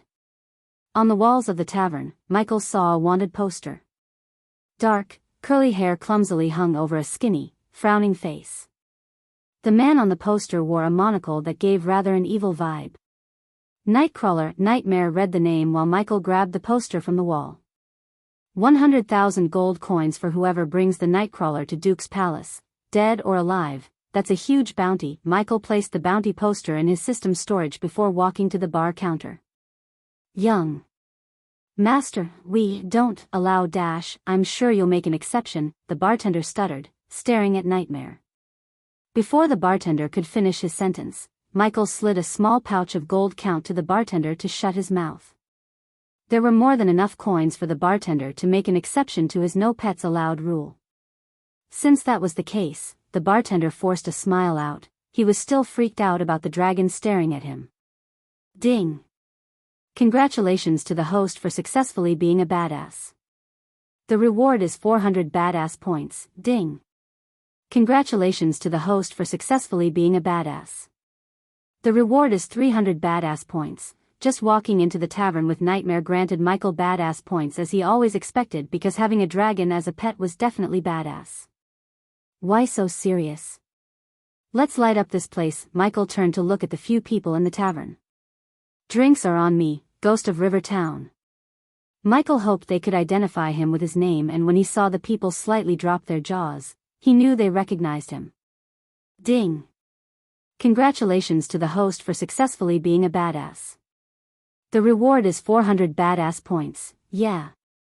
Oh my god, it's really him. The 5-star alchemist of Breedia? Heck yeah. Some cheered thinking about free booze while some were stunned to see a renowned figure like him at the same tavern where they are. A few daring adventurers quickly came to Michael's side and seated themselves beside Michael. Keep the ale flowing, bartender. What was a better way to loosen their tongues than buying them free drinks? It would make them drunk, and drunk people tell no lies. Of course, young master, the bartender almost forgot about the terrifying dragon because he knew how much these people would drink if they don't have to pay for the drink. Thanks to Ghost, he could very well sell enough drinks to make up for the drought of a week he had previously because of the Nightcrawler. So what brings a famous guy like yourself to Flame Fair, especially during a fucked up time like this? A middle-aged adventurer with a thick bushy beard asked Michael. Of course he came to hunt down Nightcrawler, old man, a young adventurer shouted at the middle-aged man. What can you guys tell me about this Nightcrawler? Chapter 199, not much except he started killing 2 weeks ago. Until the Guardians decided to warn the people, the Duke kept Nightcrawler's existence a secret, one of the adventurers said, taking occasional sips of ale. Of course, he kept it a secret. The Duke of Pentown has been kicking his ass since the beginning of this war. He didn't want to demoralize the soldiers further by telling them about Nightcrawler. How would you feel if you're fighting a war far away while someone might kill your family back at home? I would desert, a few of the adventurers shouted, raising their mugs together. Are the Guardians anywhere near catching this Nightcrawler? They've been investigating, the bushy-beard middle-aged man air quotes the words showing his disappointment with the Guardians. Who knows? It might be the Guardians who were doing the killing, as Lucifer said. What the fuck are you talking about? Everyone turned their gazes at the young man who just spoke. Don't tell me none of you went to Royal Land recently, the young man asked before slamming his empty mug on the table. Refill, he shouted at the bartender. 2 weeks ago, I was at Royal Land, doing an escort job. And while we were passing the town square, we saw it. The youngster took a long sip. Saw what? A small army of Netherals. We all saw them carrying Minister Jerdy's body. The words Guardian stop pretending to be me, Lucifer was written on his body. The youngster finished his ale in one long gulp. Not only Michael but everyone in the tavern could tell that the youngster was pretty shaken up recalling the sight of a small army of Netherals. It might be anyone trying to blame the Guardians. From the corner of the tavern, someone said.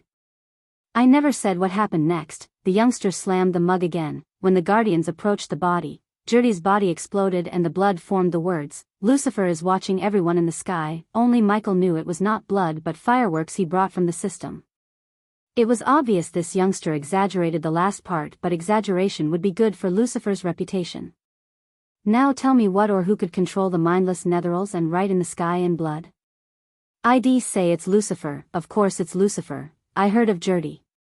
He was a real son of a bitch, and I would say he got what he deserved. Lucifer, Nightcrawler, this world is really going towards a shit storm, a few adventurers sighed. What happened to the Netherals? What do you think? The Holy Guard smote them to hell. It's fucked up to even think the Guardians pretended to be Lucifer and killed those nobles. Not for me. I always knew the Guardians were up to no good. I'm glad that someone or something like Lucifer is going to keep them in, like, if you ask me, I'd say let Lucifer hunt down all those fucking noble bastards.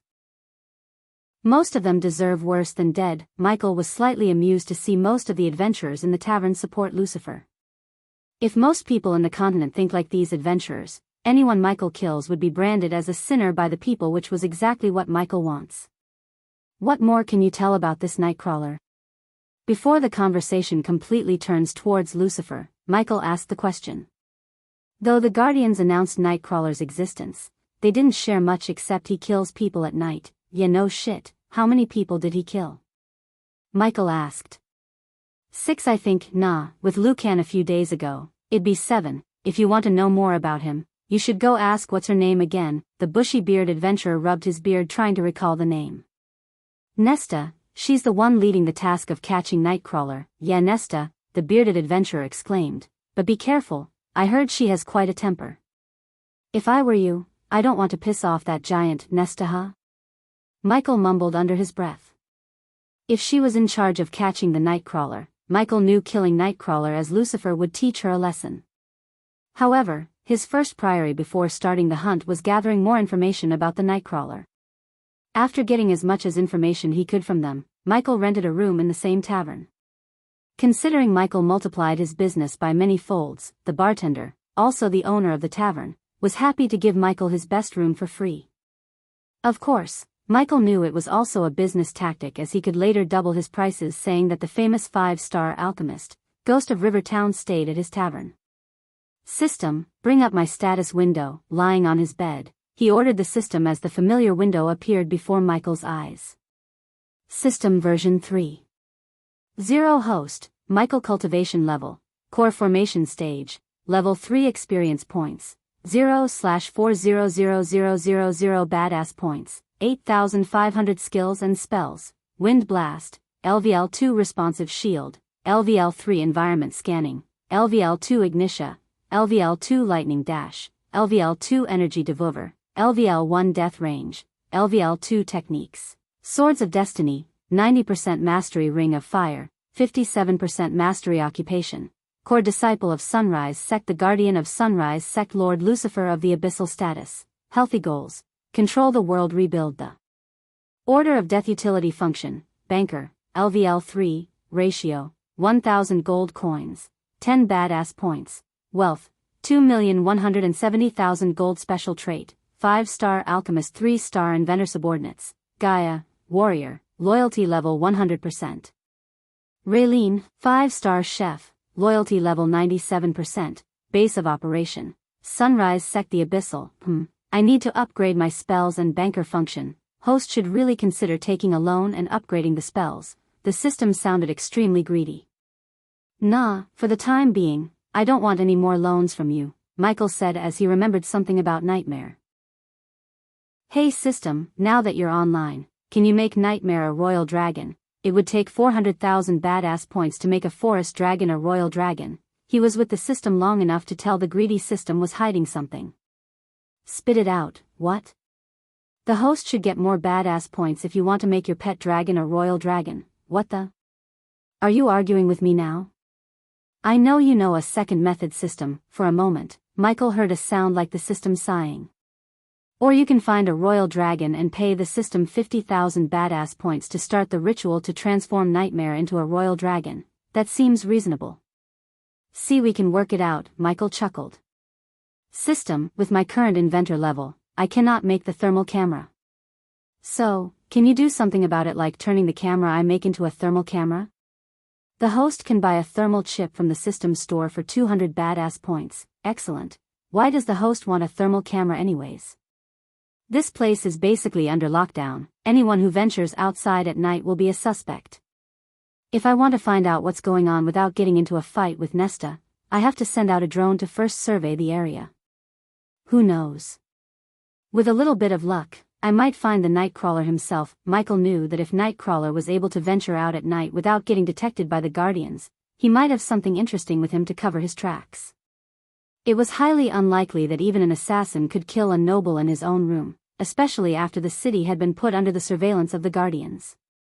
After what happened with Gertie, if the Guardians did pretend to be Lucifer as Gaius said, they wouldn't try to do the same thing again. Nightcrawler, what secrets do you have? Michael already plotted a plan to use Nightcrawler to his advantage. Hey, are you there? When Michael closed the system's interface, he heard Gaia's voice sounding in his head. What is it? Michael adjusted the earbud in his ear and asked Gaia.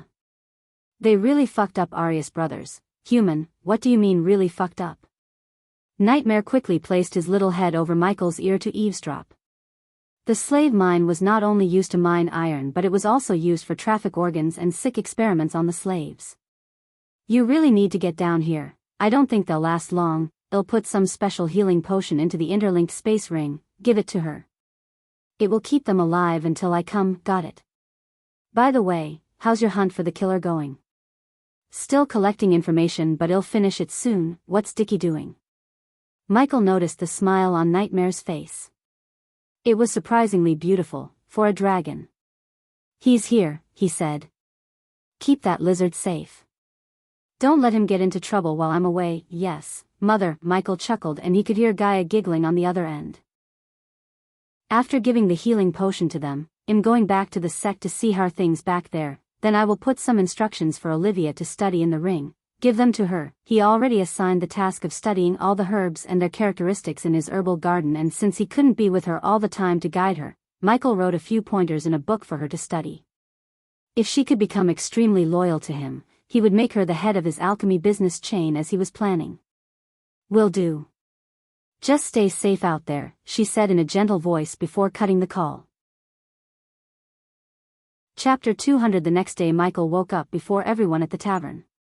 When he reached the downstairs where the bar was located, he saw the adventurers were still snoring. Some were lying on the ground while some were using the long oak tables as their bed. Young Master Ghost, the tavern owner, stopped sweeping the place and greeted Michael with a wide grin. The joy of yesterday's business lightened the tavern owner's face. Well, serve her breakfast in an hour, young master. Nah, I have to be somewhere else. Well, meet again. Michael saluted with 2 fingers with a smile before leaving the tavern. He had to get all the things to build a drone and let it survey the city. If it wasn't for Arias Brothers' situation, he could have spent some time in Flame Fair before leaving to Ice Flare to attend the auction, except now he had to do everything in a rush. Recalling the directions given to him by the adventurers yesterday, Michael made his way to the Burning Star, a well-known store in Flame Fair run by Duke's concubine. Michael was informed that if he wants to buy whether a common item or a rare item, he should look in the Burning Star. The parts required to build a drone weren't rare but could be found in any auction houses or stores like the Burning Star. A drone was not the only thing in his mind. He wanted to make small projectors that would be used by him to telecast what he's going to do. That was going to be his quickie way to earn thousands of badass points as well as spread Lucifer's reputation. The streets were not very different from yesterday. The patrolling guards stared at him wearily, but they didn't stop him to investigate. He knew they might have been informed by Nesta to leave him alone, or they were sure that Michael can't be the Nightcrawler. The more he walked towards the center of the city, the richer and fancier the surroundings became. Lavish water fountains with frozen water, elegant buildings made of marble stones, and painted glass occupied his eyes. Besides the rich scenery, he saw few people who weren't soldiers in full plate armor on the streets. However, they all wore colorful masquerade masks to cover their faces. On top of the masks, the ladies wore feather hats while men wore long capes. What are they wearing? Nightmare questioned Michael. His little dragon eyes watched them curiously. Soon, the nobles caught the dragon checking them out and quickly began to murmur, pointing their fingers at Michael and the dragon standing on his shoulder. Oh, Calpurnia, look at him. Is that a dragon on his shoulder? It can't be. Who is he? The nobles were curious, yet they didn't choose to talk to Michael. The get-ups amused Michael, reminding him of the masquerade balls secretly hosted by the rich people on Earth. After walking on the main street and turning a few corners according to the adventurers, a majestic tall tower appeared in his sight. The tower was over 60 meters tall. Bright lights could be seen from every single level, and there was a large pavilion on the rooftop. It was an incredibly stylish building that resembled the shape of the Chrysler Building in New York. This single tower showed Michael the wealth of the Duke, as even in this world, maintaining such a majestic building like this would require hundreds of thousand gold coins. One day, "I'll own a building like this," Michael said to himself as he walked towards the building, passing the guard patrols on the street. The Burning Star Tower looked different from close proximity. When standing near the front entrance and looking at the golden entrance, one could feel the aura of wealth and prosperity. The Burning Star was the biggest trade power in Flame Fair. They ran many different kinds of trading businesses, including an alchemy store that was exclusive to certain customers. It was run by the people of Gabriel, the alchemy king of Elon. On top of this store, many were run and owned by the Duke and his concubine.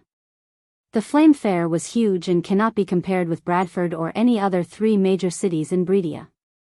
If one stood on a mountain a few miles away, they would discover that Flame Fair was a few hundred square miles of land with beautifully built buildings.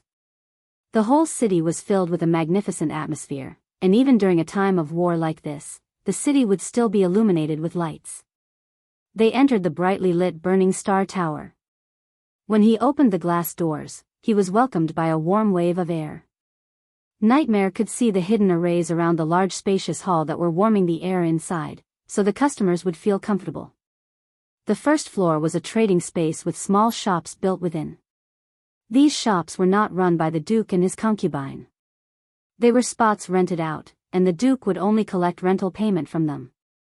The floor might have looked grand, but nonetheless, it was rather empty except for a young woman standing behind a marble counter at the end of the hall. "My lord, you can't bring pets inside." The girl had beautiful curly golden hair with hazel eyes. At the moment, her hazel eyes were filled with a cocktail of emotions such as fear and shock. "Pet." Growling, Nightmare growled, showing his razor-sharp teeth at the girl. "First, he's not a pet, and second, you should put a board outside." Despite the girl's reaction to Nightmare, Michael answered her calmly. His warm smile slightly calmed the girl.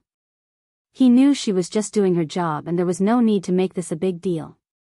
"As you can see, he's a dragon, and I think a noble creature like him would behave himself, which cannot be said to most of the humans, my lord, but it's not a good move to make the ghost of River Town, the 5-star alchemist, wait because of some petty rule." "Mia," a familiar voice resounded as Michael turned to see a gorgeous girl in a violet thick thigh-cut dress. Sadie Kaplan. It was none other than core disciple of Silvermoon and Michael's one-night stand, Sadie Kaplan. The last time he saw her was when the river town was attacked by Netherals. It was one of the best nights he ever had since he came to this world. Ding! Congratulations to the host for successfully being a badass. The reward is 3,000 badass points. Ding! Congratulations to the host for successfully being a badass. The reward is 500 badass points. You never fail to amaze me, ghost. Her voice contained a hint of shock. She tried to hide the shock behind her seductive smile. "I have 2 questions, ghost. How the hell are you cultivating? And where the fuck did you get a dragon?" she asked while slowly walking towards him like she was walking on a tramp at a fashion show. When she got closer, she leaned forward to lip lock, but Michael avoided the kiss on the lips by giving a friendly hug. "Huh?" Sadie creased her beautiful sharp brows. "I didn't expect to see you here," Michael said, pretending not to see her reaction. "Me neither, and you haven't answered my questions, ghost." "The answers are I'm awesome and got him from Nether Realm." He looked so arrogant when he answered her, but in Sade's eyes, he looked so hot too. "I need everything in this list, can you get me these?" He retrieved a paper note, sliding it towards Mia, the girl behind the counter. After realizing the youngster in front of her was actually the famous ghost of River Town, Mia didn't open her mouth about the Burning Star's rules about bringing pets inside. They would often make exceptions to many rules for people such as him, so it was not new to her. "Of course, my lord." Taking the list, the girl ran to the room behind her to get the items while Sadie gestured at him to follow her to the sofa. Her eyes were curiously staring at Nightmare. "Can I?" Sade reached out to pet Nightmare after seating herself comfortably on the sofa. No, yet, Nightmare outrightly rejected her, moving from Michael's right shoulder to left. He's a dragon, Sadie, you cannot pet him, Michael calmly said as she pouted. It's still hard to believe you have a dragon and at the core formation stage, ghost. You've reached core formation from body refining in what, 6 months? Give or take, what's your secret? Michael knew she was trying to get his cultivation method, but even if he did tell her, she wouldn't believe it. If you want to cultivate like me, you should try to venture into the treacherous ocean. I heard about your little trip and who you brought back, said Sadie. It wasn't a big surprise for Michael as he made sure the news of Christopher's return spread across Breedia and other kingdoms because having a soul refiner would make sure his base of operations stays safe from the rogue cultivators. His herbal garden was basically a small treasure trove that had the herbs that could be sold to a shitload of gold coins in trade centers. I guess you're here to get new spells or weapons for the upcoming tournament. I really wish you went to Ice Flare instead of coming here. Those drunken bastards never mentioned anything about a tournament, which now really piqued his curiosity. A tournament was the best place for him to be badass and earn thousands of badass points. A tournament, huh? You do know about the upcoming Bredian Championship tournament, right? His silence told Sadie that he really doesn't know about one of the biggest tournaments in Elon. It's gonna start in just 3 months. How could you not know about one of the biggest tournaments in Elon? Please enlighten me. Chapter 201. Well, the tournament has 2 championships. One is to choose the champion of the younger generation, which mostly have body-strengthening disciples. The second championship is the main one. This is where the core disciples of the big sects compete. Considering you've reached the core formation stage and you're the core disciples, you won't be competing with the younger generation but with us, Michael grinned, recalling the events that happened at Heaven's Gate competition. At that time, Selena and her boyfriend Alex Fisher threatened him not to step on the 100th step, and ever since he came across Selena at the waterfall by mistake, she was looking to mess with him. This tournament looked like a good place to kick their asses and prove to everyone that he is the number 1 in Elon. Just imagining how many badass points he could reap from this award made his blood boil in excitement. Why are you grinning? Sadie creased her brows, seeing the grin on his face. Core disciples, huh? I assume Selena and her boyfriend will be there. Michael did not stop the tinge of killing intent from emerging in his eyes. Yes, but you can't kill them. Killing is strictly forbidden in the tournament and it's the referee's job to keep the competitors alive. They can try, he snickered inside. He was positive that he could come up with a plan to kill anyone he wants at the competition with the help of his alchemy talent and the help of the system. Is that so? Tell me more. However, he was not going to share his thoughts with Sadie. In the main championship, there will be 6 rounds. First round, second round, third round, semi-final 1, semi-final 2, and the grand final. What type of contest and battles in each round will be decided by the tournament committee depending on the number of disciples competing. Sadie continued to explain how the competition works. After taking mental notes, Michael asked, what about the first championship for the body strengthening stage disciples? It's pretty straightforward. First round will be a knockout round, the second will be one-on-one battle and the winners will yet again battle in the final. We would know who takes the championship in a couple of days after the tournament begins. I know who's going to win it, Gaia, Michael thought. Making Gaia reveal her true cultivation level to compete in the second championship might cause some unwanted suspicion on her, but none would suspect her if he makes her look like a body-strengthening stage cultivator and compete in the first championship. He doubted the spell she was using to hide her cultivation level would be enough to fool the competition committee. Hence, he planned to ask the system to help Gaia hide her true cultivation level. If they both won the championship of their league, it would catapult the sect's reputation through the sky. Young Master, while they were talking about the tournament, Mia finally returned with a silver space ring in her hand. All the items in the list are here. The space ring is on the house. Michael took the space ring from her hand to see the items inside. One could see metal bolts, gears, various colors of stones, coils, and many other components inside his ring. If he gave this ring to someone else, they wouldn't be able to make anything, but thanks to his unique inventor trait, he could make hundreds of spiders and a few dozen drones. ITLL be 8,000 gold coins, young Master Ghost, only 8,000? Sadie was taken aback by surprise.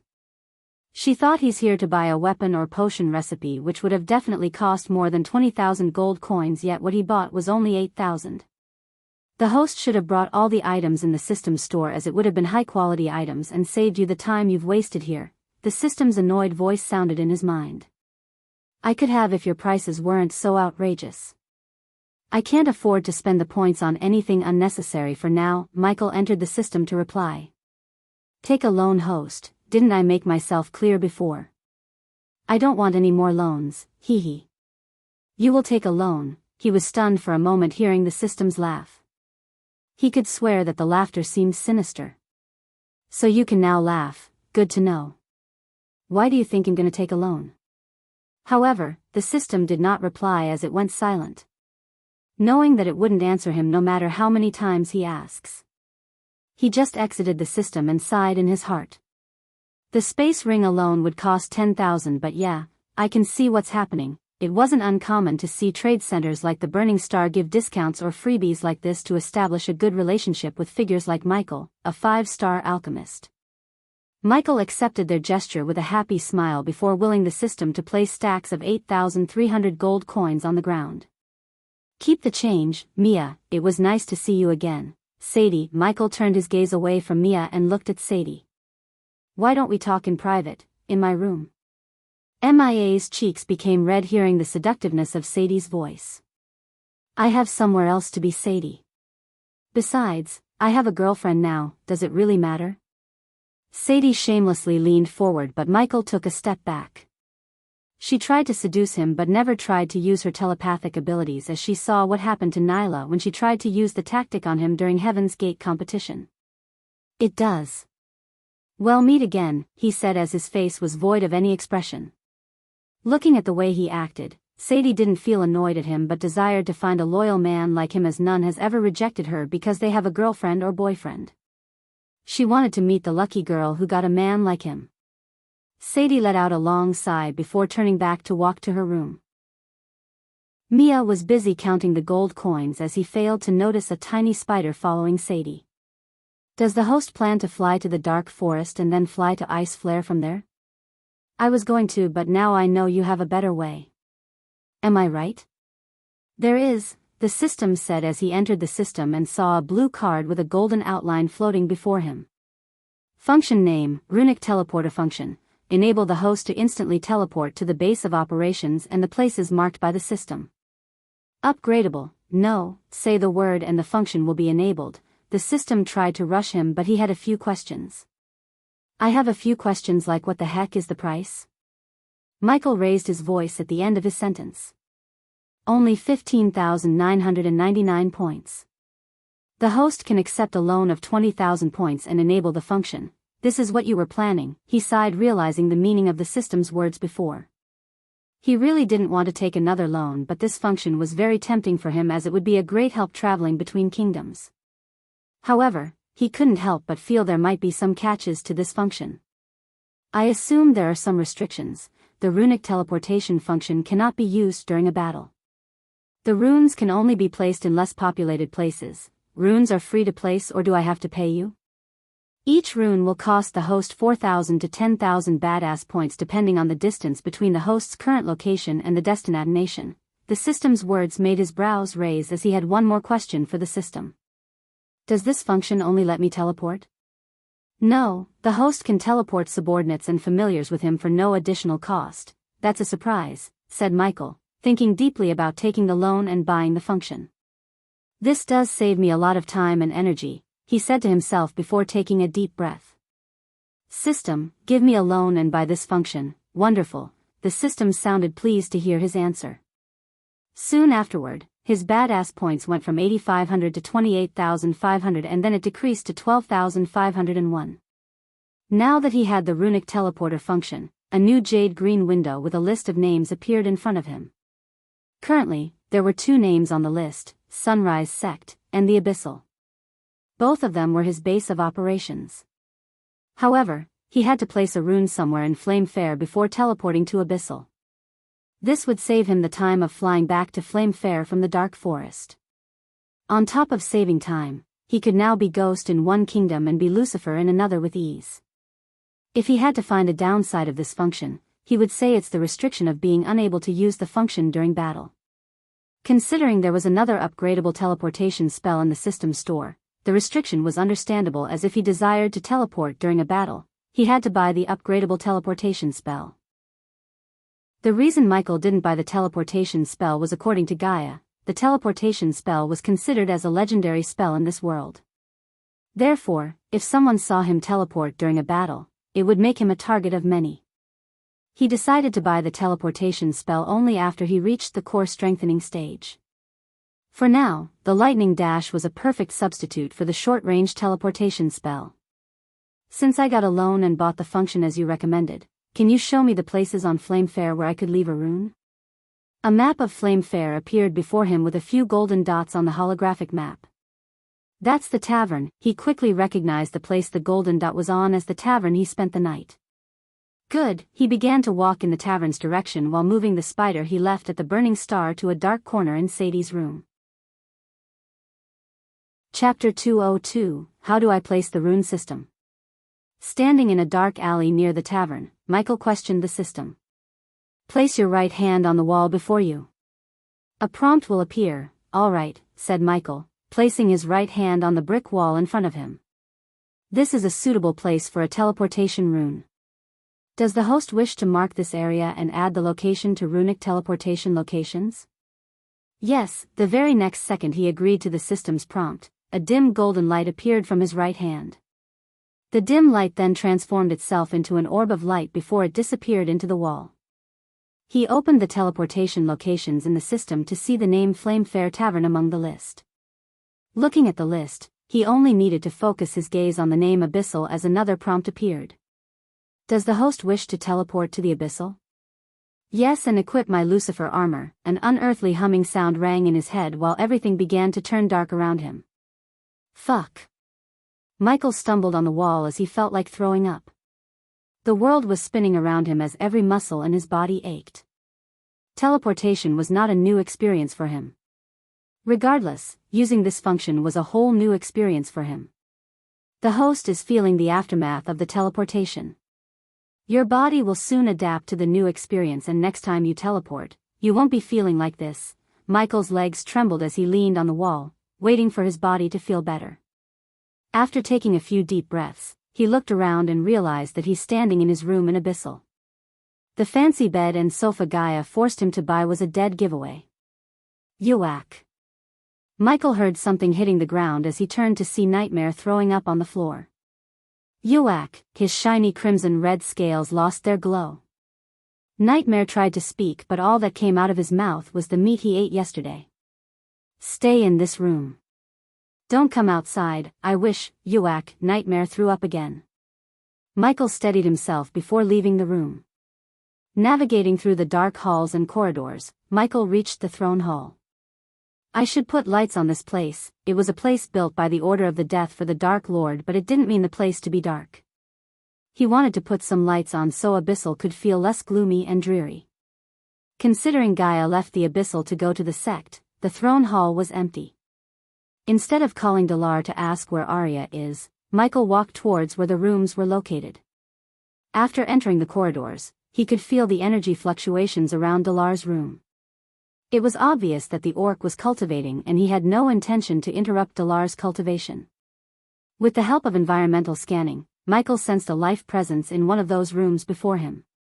The life presence was accompanied by two faint life presences. He knew they must be Arya's brothers. When he got closer to the room, he could hear a muffled sobbing sound coming from the room. He didn't ask or knock on the door, but rather directly opened the door to enter. Ah! He saw Arya jump back in sudden shock seeing him suddenly enter the room. If Michael wasn't wearing his Lucifer suit of armor with a mask, she wouldn't have been jolted like this, but his black mask and tall bulky figure freaked her out. Instead of looking at Arya, his gaze was drawn towards the two figures lying on the bed. Both of them had neither legs nor arms, they were limbless. On top of them, he could see stitch marks and deep scars all over their bodies.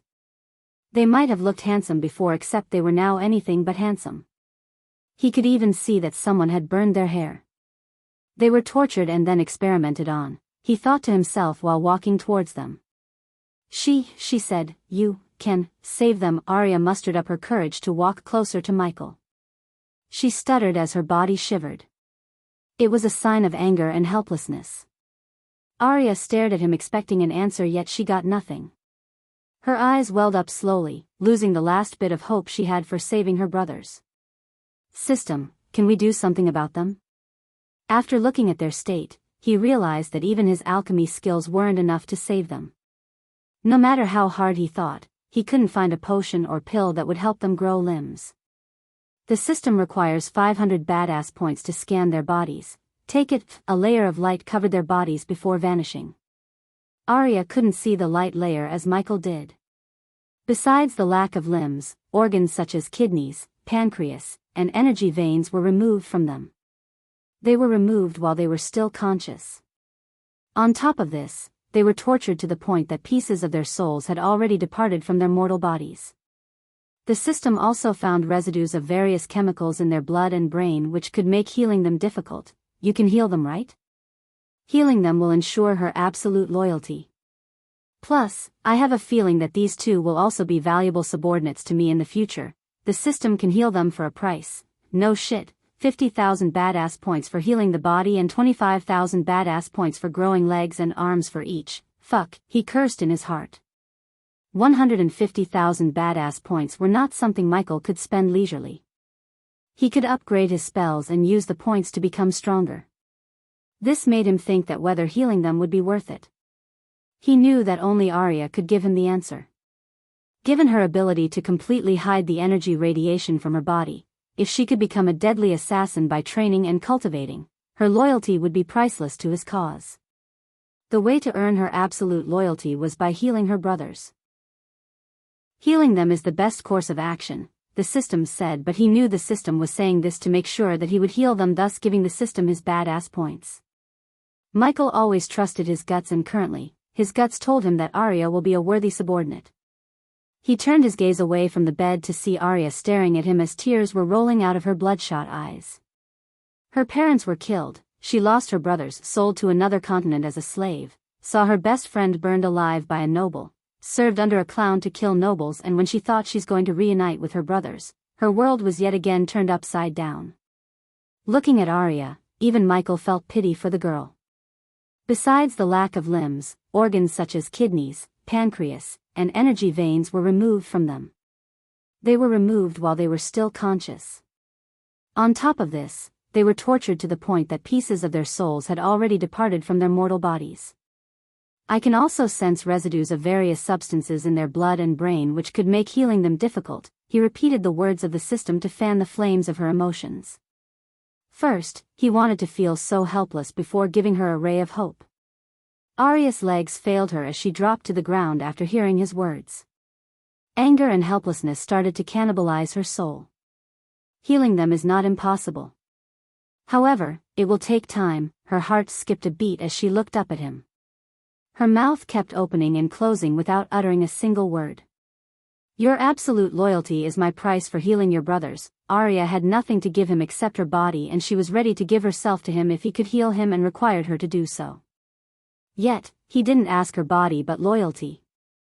"If I have to be a slave to him to save my brothers, so be it," Arya said to herself before kneeling in front of him. "I will die for you if it would bring my brothers back. Do you accept to be my subordinate?" "Yes, master." "Does the host wish to accept Arya as a subordinate?" "Yes, subordinate." Arya cultivation level, body refining stage level 2 race, human status, healthy trait, assassin loyalty towards the host, 28%. Her loyalty level did not surprise him, after all, he hadn't healed her brothers yet and she barely knew him. The system recommends the host to keep injecting them with the 90% pure healing potion to prevent any more pieces of their souls from departing. The system's voice sounded in his mind as he retrieved a healing potion he specifically made for him and Gaia from the system's storage. He then handed it over to Arya before gesturing at her to stand up. "Inject this to their bodies. This will keep your brothers alive and give their bodies the strength to withstand the healing process, as starting the process now would kill them." Arya clenched onto the healing potion like her life depending on it. Meet me at the throne hall in 10 minutes. I want to know more about you and the slave mine where you found your brothers, said Michael before leaving the room. He was very curious about what kind of experiments were going on in the slave mines and who was doing these experiments on the slaves. Infiltrating the mines would give him more information before deciding what to do with the mine. Besides, it would always be a great help for him to kill bad guys and earn experience points. Whoever running the experiments on the slaves had no idea that they just drew the attention of someone they shouldn't have, Lucifer. Chapter 203, Miss Elia, everything's finished. We can open the restaurant whenever you want. Daniel and Ricky were reporting the status of the restaurant to Gaia as she was munching on the cookies. Crumbs of cookies were all over her pearl white dress and the sofa, yet she couldn't care less. Ill-informed Ghost and come to a decision. Now go make sure there's no problem at Majestic. Yes, Miss Elia, they bowed deeply before leaving her room. With Gaia's guidance and the pills given to them by her, Ricky and Daniel reached the body-strengthening stage. Previously, one could count the bones in Ricky's body, but now, he developed a well-toned body. Daniel on the other hand shed all the fat as well as his bushy beard. Their transformation was shocking to many people in Rivertown who have known them for so long. When they quit their guard job, many thought they were making a mistake. After all, working under the King of Breedia would provide them with a stable income and pension. However, those people who thought this became jealous as Daniel and Ricky did not only earn a handsome salary but their social status was also elevated by Ghost. Sister Elia, may I come in? Jack asked, standing near the door. What is it? Is someone messing with the new girl again? No, Jack frantically shook his head.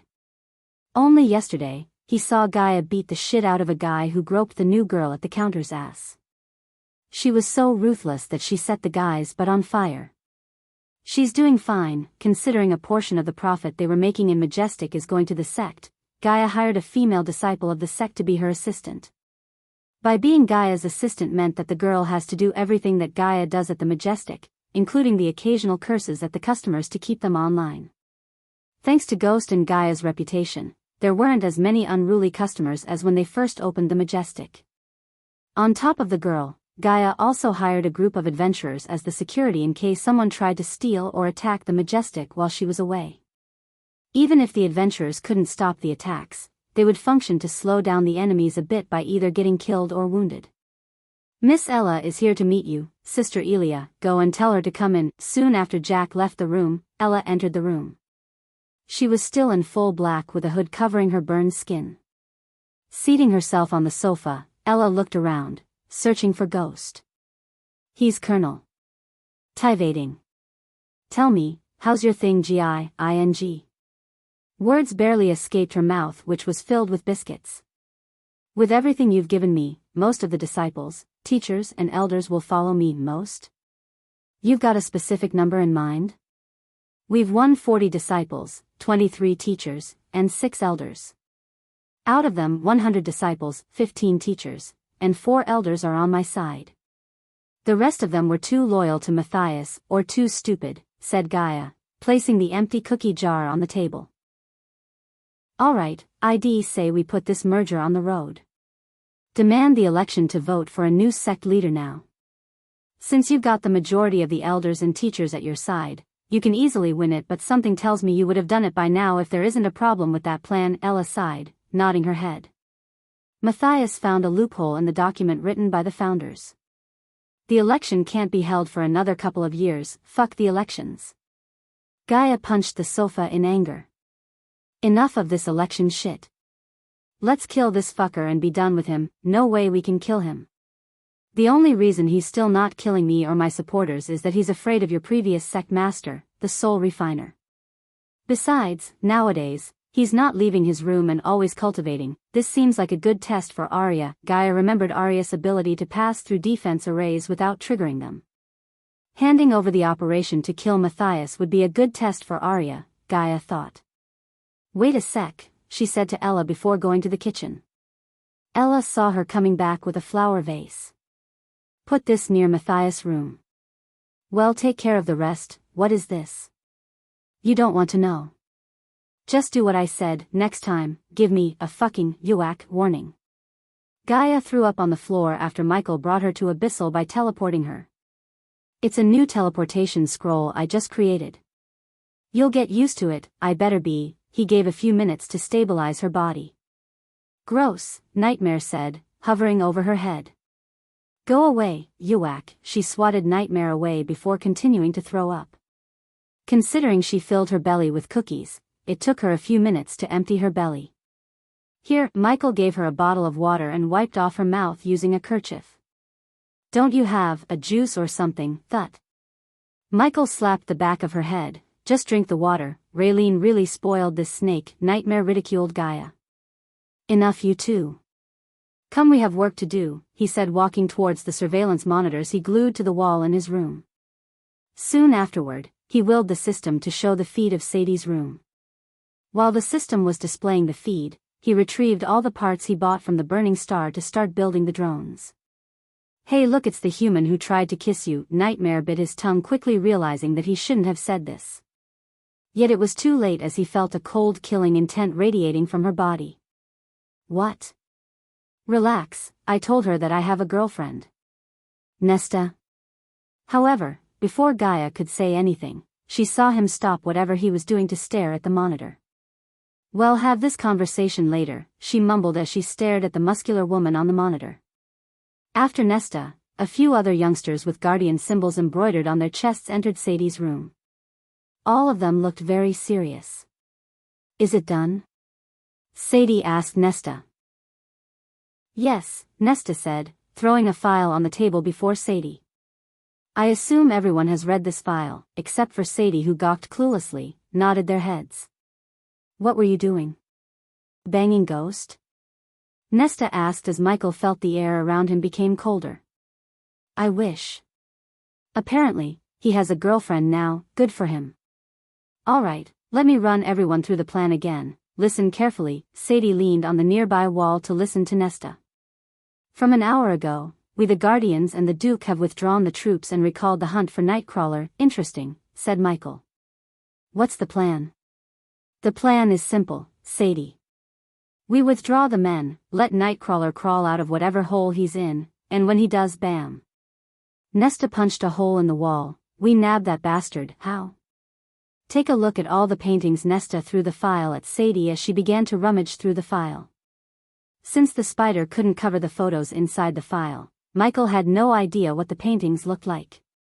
Those are the paintings of Nightcrawler's victims. My team did a good job putting it all together. Can you see what they all have in common? Sadie remained silent for a few moments before answering Nesta. They all have red hair? Sadie said, furrowing her brows in doubt. Exactly. That sick bastard has a thing for redheads. However, that's not the only thing my team found. Look at the map, that's his hunting circle. Although redheads are not very common, there must be at least 50 redheads living in this area, 36 to be exact, and all of them are being replaced by my men as we speak, Nesta said and continued, as you all know, ever since we put the city under lockdown, there wasn't a single new murder that matched Nightcrawler's MO. The behavior predictors at the guild had classified Nightcrawler as a serial killer. The longer he goes without killing, the stronger his desire to kill again. We may have still no idea how did he manage to kill those nobles who had powerful defense arrays. We now know that he will strike as soon as he feels safe. Are you pretending to be withdrawing the troops or? No tricks. For the plan to work, we really have to convince the Nightcrawler that we called off the hunt. Only then, he would emerge again and make a move on one of my 36 men. You're taking a pretty big risk here, Nesta, Sadie said as Nesta laughed. No risk, no reward, Sadie. You know this better than anyone. Michael swiftly moved the spider through telepathic connection to take a glimpse at Nightcrawler's hunting area. The spider had a risk of being caught by Nesta or anyone the Guardians in the room, but it was worth the risk. If they did catch the spider, Michael would destroy the spider remotely so they would get nothing. Just a little more, Michael mumbled, looking at the spider getting closer and closer to the file. If he could manage to move the spider directly above the file on the table, he would get a glimpse. System, the moment the file comes into the sight, take a picture. It would be 50 badass points. No problem. Fortunately, the camouflage of the spider was enough to avoid getting detected by the Guardians. Regardless of all the safety measures Michael built in the spider, he still treated spine using the spiders cautiously. Picture taken successfully. The moment he heard the confirmation sound from the system, he immediately moved the spider to a safe dark spot. Let's hunt this nightcrawler ourselves. Hey, erase the Discord link to my server where you can see the character images, listen to character theme music and have a chat with me. Chapter 204. The winter sky was a barren land filled with nothing but clouds. Only the howling wind and heavy downspout of snowflakes were the true companions of the night. Ironically, the city of Flamefair lacked flames during this winter. One could not even see the guards patrolling around the Duke's manor. The soldiers were long gone into the barracks after leaving defense arrays activated around the manor. Not only the Duke's manor but every single important place was now protected by the arrays, not the guards unless they were willing to use arch energy to keep their bodies warm. The heavy downpour of snow soon became a merciless blizzard. The blizzard wind seemed like it was trying to replicate the sound of wolves howling at the moon. Those who were living outside the city suffered most of the winter. Most of them lacked the necessary winter clothes and cozy home. For the nobles, winter was a perfect time to increase their family size. The majority of the nobles treated the winter as their sweet little escape from reality. However, their perfect reality was messed up by a single person, Nightcrawler. Now the nobles had to spend their nights in fear as the cold was not the only reason for their shivering. "You messed up, human. I see no shit except blue," said Gaia, staring at the monitor's back in Abyssal. "It's called thermal vision. To put it simply, my drone will pick up the heat signatures emitted by someone or something. Since Nesta withdrew the troops, leaving the Flamefair vulnerable, there's a possibility that Nightcrawler would emerge from his hole. Ghosty, but look at the blizzard there. We can't bet this Nightcrawler would pick this night to hunt." Nightmare was right. The blizzard might throw a wrench on Nightcrawler's plans, but Michael strongly believed that he would choose this night to hunt. "You heard Nesta before. He's a serial killer. If I'm right, he's still learning the craft. Unless he learned to control his urge to kill, he will emerge from the dark." If Michael had either personally seen the crime scenes or read the file Nesta's team put together, he would have completely learned that Nightcrawler is still an amateur serial killer. Michael wondered how Nightcrawler managed to get in and out of the noble's house without triggering any defense mechanisms. If this Nightcrawler too had an ability to hide his arch-energy radiation like Arya, he would prove to be a worthy cadaver for Michael to experiment on in the future. Recruiting a serial killer had too many risks, as most of the serial killers tend to work alone. "What are those thingies you made me put in all around Breedia and Kethan?" "It's easier and fun to demonstrate rather than me explaining." The three of them stared at the monitors in silence before Gaia cleared her throat, attempting to get Michael's attention. "HRRGGMM." She cleared her throat again, but seeing no response from him, she grabbed Michael's chair, turning him around to look at her. He saw her staring at him with her hands folded against her gorgeous chest. No matter how many times he has seen her, she still mesmerized him. If she showed her original face, he knew he has to fight noble brats from morning to night, as she was an angelic beauty who would turn a straight woman into a gay and gay man to straight in a few seconds. Even when she was mad or annoyed, it only boosted her beauty. "What?" Michael shrugged. The little dragon was slowly walking backward from Michael. "So that bitch tried to kiss you, huh?" It was not a question but rather sounded like a threat. "I thought I made myself clear. How about the next time I see her, I'd go for the kiss," he joked, removing the black skull mask from his face. Like this he pulled her closer as she stumbled on him. Without letting Gaia speak, he closed her mouth with his. The longer he kissed her, the stronger he pressed her head against his. It was a deep kiss willed with flames of passion and love. "Look!" Nightmare's shout broke their kiss. The little dragon raised his claws, pointing at the mirrors. Gaia's meaningless anger completely vanished away after the kiss as she cuddled him tightly. Cuddling on the chair, they both looked at the mirrors to see a red humanoid figure moving over the rooftops. "Welcome to the party, pal," he willed the drone that's catching the figure's feed to follow. By looking at the thermal image of the figure, Michael could see the figure has a medium height with skinny body type. "What's that?" Because he was familiar with thermal images, he quickly saw the abnormal heat emission from the figure's body. All of the figure's body was golden yellow, but his chest area was bright red. The red around his chest area was also pulsating. "Nightmare, come here buddy," the little dragon hopped over to him as Michael put a collar around his neck. A small glimmer of light shone on the middle of the collar. It was the camera he built. "What is this?" "It has a built-in camera." "Look there, now I see what you see," he pointed at one of the mirrors as Nightmare saw Michael's and Gaia's faces in the mirror.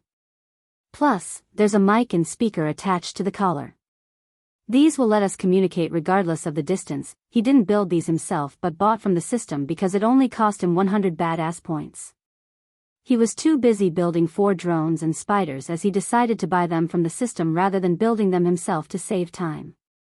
Moreover, the collar had a tiny poison dart that could be fired by Michael through a telepathic connection. "Well, teleport to Flame Fair. Follow him, it's highly unlikely that someone would notice you through the blizzard. Remember, don't get closer. I'll talk you through this, let me go with him," Gaia interrupted Michael before he could leave the chair. "If this Nightcrawler isn't stronger than me, I'll shoot him with one of the knockout arrows and bring him here." He rubbed his stubble beard he had started to grow recently. Gaia was a far better shot than him. He was good but she was better. There was certainly a possibility that he could miss the shot at Nightcrawler thanks to the blizzard, yet he was confident that she could make the shot using her Legolas bow. Time was of the essence. Nightcrawler wasn't hunting as he was probably thinking, he was being hunted by the Guardians. Nightcrawler had no idea that he was going to walk straight into a trap. If Michael wanted to catch him, he must act now before it's too late. "Alright, but if you feel something amiss, get the hell out there. I killed a group of Grim Reapers with a knife." "How hard can this be?" she said, cracking her neck.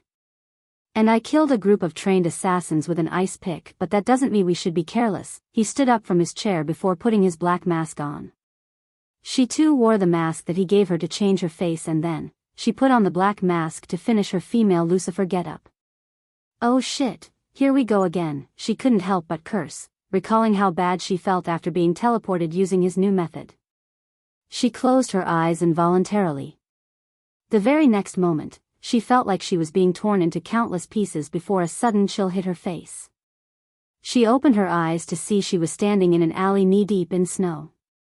Go, Gaia and Nightmare took off from the ground like a rocket leaving the ground.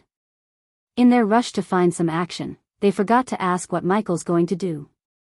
"System, hide my presence," he said as the energy being radiated from his body became less and less until it had almost gone. Taking out a mirror from his storage, he monitored Nightcrawler, who was still moving on the rooftops. The blizzard was definitely making his advancement towards his target a pain, thus saving him from the Guardians. However, the Guardians weren't his only problem. "Ghost, I can see him. He's just at the body refining stage." Michael was thoroughly stunned to hear Nightmare's words. He could sense the doubt and uncertainty in Nightmare's voice. "I see him too. What the actual fuck? How could a body refiner manage to kill those nobles? Does he have a special ability like Arya? Take him down and we can find out his secret." Avoid hitting his chest though. He guessed that the thing pulsating could be Nightcrawler's secret. Therefore he didn't want it to get damaged by Gaia's arrow. Considering he himself brewed the knockout agent that was smothered on Gaia's arrows, he couldn't be more positive that it would knock him out the second the arrow hit Nightcrawler's body. He could feel the tension building up inside him. He had a strong feeling that this is going to lead him to something big other than a shitload of badass points he would get when he livestreamed killing Nightcrawler to the entire Breedia and Flame Fair. Target insight, take the shot. Michael took off from the ground like Superman. He soared through the air towards Gaia's location as fast as he could. He wanted to get Nightcrawler, subdue him with the help of the system before teleporting back to Abyssal. Chapter 205, the system scan is completed. Nightcrawler doesn't have any means to escape Abyssal unless the host choose to let him go. In one of the empty rooms of the Abyssal, a bold skinny man was tied to a chair that resembled the torture chairs in the movies. His ankles, feet as well as wrists were tied to the chair using barbed wire. This man was the infamous Nightcrawler who was terrorizing Flame Fair and its citizens. Nightcrawler's ability is very similar to subordinate Arya's masking ability. The masking ability was what impressed Michael, resulting in Arya's recruitment. At the moment, Arya could only mask her energy radiation to fool common defense arrays and body refining stage cultivators. Anything above the common category and anyone above the body refining stage could easily detect regardless of her ability. Michael wasn't so clear about the masking ability because even Gaia had no knowledge of such ability. When Michael asked the system, it only informed that her ability to mask her energy radiation would grow with her cultivation level. If he wanted to know more about this ability, the system required him to upgrade it to the next level. However, unlike subordinate Arya, Nightcrawler's ability seems to be originating from the artifact attached to his heart and is superior to subordinate Arya's masking ability. How do I detach this artifact from his body? He asked curiously. Killing him would do the trick. Oh, I plan to, he sneered, exiting the system. Nightmare was hovering around unconscious Nightcrawler while Gaia was tying the barbed wires more tightly. Here, crack this baby open, she threw a space ring towards Michael. A few seconds after he paid the system the badass points, he could see the contents inside the space ring. A serial killer indeed, the space ring contained nothing but vials of blood. Those glittering red vials were neatly stacked in a line inside the space ring. With a single glance, he could tell these were Nightcrawler's souvenirs taken from his victims. Unlike what he was told back at the tavern, there weren't 7 blood vials but there were a total of 10 blood vials. This meant one thing: he started the killing way before the Guardians had predicted. Anything interesting? Gaia asked, leaning on the wall with her hands folded against her chest. Take a look at this yourself. He threw back the space ring to her, but before she could catch the ring, Nightmare snatched the ring in the midair. Hey! Give me that. She tried to grab Nightmare, but he was zigzagging around her to annoy her more. Seeing the play like this in front of an infamous serial killer like Nightcrawler made Michael frustrated and amused at the same time. Nightmare, give her the ring before she nails you to the wall, he warned Nightmare when he saw Gaia reaching for an arrow in her quiver. So easy to annoy, he, the little dragon chuckled before landing on Gaia's shoulder. She swiftly grabbed the ring from his mouth with an annoyed look on her face. But the annoyed look was soon replaced by a frown when she saw the contents inside the space ring. Are these? Yep, the vials containing the blood of his victims. This was the grossest thing she had seen in her life. In fact, this was not even close. Yet, this was the first time she saw a serial killer and his souvenirs with her own eyes. Let me see. Nightmare grabbed the ring from her hand. How about we kill this low life and collect his blood in a vial? The little dragon's soft side was slowly vanishing due to his and Gaia's influence on him. Michael was glad to see this change because a dragon like him must be ruthless to his enemies. In the future, they would have to fight countless foes, and any kind of mercy or reluctance to kill a foe would cost them their lives. Michael was sure that the Guardians or any of his future foes wouldn't show them any kind of mercy. Let's wake this fucker up. Nightmare quickly flew into Michael's cape, attaching himself onto his back. Gaia slapped Nightcrawler so hard that the slapping sound echoed through the empty room. He could swear that he even saw molar teeth bursting out of Nightcrawler's mouth with a splatter of blood and saliva. The pain hit him only a few seconds after he opened his eyes. Piercing gray eyes sat concealed within their sockets, watching its surroundings wearily.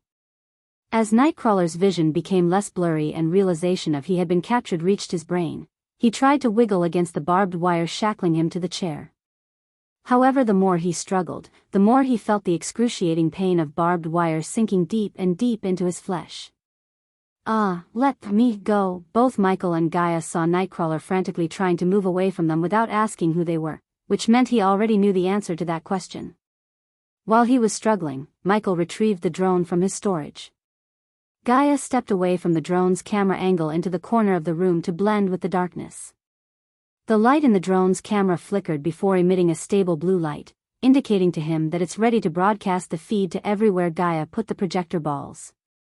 The projector balls would automatically find a suitable place in the area to project the feed so the people could see and hear Lucifer crystal clear. At the moment, the projector balls were projecting the feed to every corner of Flamefair and Breedia. One of the places the projector balls projecting the feed was the Burning Star building itself. With the help of the system, he built the projector balls to project the feed in the sky itself. Therefore, if there wasn't a large wall or building nearby the balls to project, they would use the sky itself as the projector screen. Plus, the projector balls had all kinds of audio enhancement that could make his voice extremely loud, which could give the otherworldly effect to Lucifer. "System, activate the projectors," he said to the system, signaling Gaia to put a cloth around Nightcrawler's mouth. Michael stood in front of the drone with his hands behind. "Welcome to my hell, people of Breedia and Flame Fair, ding. Congratulations to the host for successfully being a badass. The reward is 1,000 badass points, ding. Congratulations to the host for successfully being a badass. The reward is 1,500 badass points." A few moments after he activated the projectors through the system, badass points began to rain as he continuously heard the notification sound ringing in his mind. "I've been watching you, studying you. I saw massacres, corruption in every place, nobles and cultivators treating commoners as worse than dirt, commoners selling their bodies and stealing, slavery, experiments on people, and many, many more sins." His unearthly voice reverberated through all the Breedia and Flame Fair. "This continent is slowly turning into a hell, and in hell, you have to answer to me, Lucifer, wonderful." Amidst the ringing sound of the notification, he heard the system's voice that sounded extremely pleased. "Since the people who should have protected the innocents have been failing miserably, it's time every sinner in this continent experiences the justice served in hell." After these words escaped his mouth, he slowly stepped away sidewards for the drone camera to get Nightcrawler.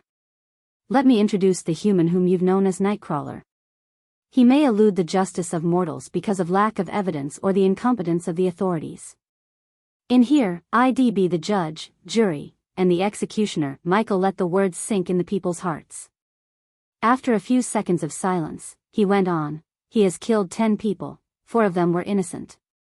They were just commoners who did their best to provide for their families. He hunted them like prey, he enjoyed killing them, every single moment of it." Michael ran his claws through Nightcrawler's face. Everywhere his sharp claws touched Nightcrawler's body, blood seeped through the cuts. "In my hell, you're all nothing but miserable praise. If your authorities had caught him, he would have been fed, given a cozy little prison cell, and then a fair trial. There's nothing fair in giving this murderer a trial. Too much waste of time." Michael's hand stopped running around Nightcrawler's face as he clenched Nightcrawler's bald head and slowly began to apply pressure. Nightcrawler violently wiggled against the barbed wires, feeling the pain of his skull getting crushed by Lucifer. Just like he did to those innocent mortals, his death too will be slow and painful. Gaia could hear the cracking sound coming from his bald head. Webs of blood seeped through the cracks appearing in his bald egg. Michael felt like he's been slowly crushing an egg in his hand. "Every sinner in this continent will pay for their crimes, just like those who did before Nightcrawler as well as those who were claiming to be me. You can escape mortal justice, but you can't escape mine. No amount of gold or connections will save you in my hell, Pulch." Michael suddenly used all of his strength as Nightcrawler's head exploded into a red mist like an exploding watermelon. Splatters of gray matter oozed out of Michael's hands to the ground as Nightcrawler's body was still twitching. "I will give the sinners one more chance. Within the next 2 months, surrender to the authorities and pay the price for your crimes.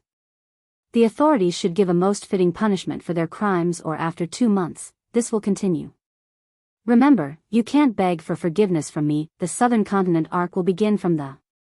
Expect pirates, gladiators, and much, much more." Chapter 206 System Version 3.0 Host, Michael. Cultivation Level, Core Formation Stage, Level 3. Experience Points, 5,000/4000000 Badass Points, 66,500 Skills and Spells, Wind Blast, LVL2 Responsive Shield, LVL3 Environment Scanning, LVL2 Ignitia, LVL2 Lightning Dash, LVL2 Energy Devolver, LVL1 Death Range, LVL2 Techniques, Swords of Destiny, 90% Mastery. Ring of Fire, 57% Mastery. Occupation, Core Disciple of Sunrise Sect, the Guardian of Sunrise Sect, Lord Lucifer of the Abyssal Status, Healthy Goals, Control the World, Rebuild. The Order of Death. Utility Function, Banker, LVL3, Ratio, 1,000 Gold Coins, 10 Badass Points, Runic Teleportation Wealth, 2,170,000 Gold. Special Trait, 5-star alchemist, 3-star inventor. Subordinates: Gaia, warrior, loyalty level 100%. Raylene, 5-star chef, loyalty level 98%. Arya, assassin, loyalty level 28%, base of operation: Sunrise Sect. The Abyssal, wonderful. Even after settling his debt, there remains 66,500 badass points. From now on, he decided to leave more projector balls everywhere he visits so the next time he goes live, he could get more badass points. Yes, you should. As the system read his mind, it replied to him. How do I get the artifact from him? Open his chest and you will get the artifact. Great. Exiting the system, he couldn't help but roll his eyes. He was not a surgeon who could delicately open up Nightcrawler's chest. Dagger. Gaia threw the jade dagger hanging from her waist. What are you doing? Nightmare asked while hovering around Nightcrawler. Gaia moved towards him, avoiding the gray matter on the ground. I'm going to open up his chest to get what I want. Need a hand? She grabbed Nightcrawler's shoulder to hold him firmly while Michael cut open the chest. Seeing her helping him, he couldn't help smiling. She was perfect for him in every way. There weren't many girls who would help their boyfriends cut open someone's chest, even if the chest belonged to a killer. Yet, Gaia was happily doing her wifely duties. Honestly, he looked forward to giving her the throne of Nagaland so he could marry this perfect girl. No matter how many people he would have to kill in Nagaland, he would do it for her. Thinking about his bright future with her, he plunged the dagger into Nightcrawler's abdomen. He then worked his way upwards like gutting a fish. Blood and guts oozed out of the body, yet they never slowed him down.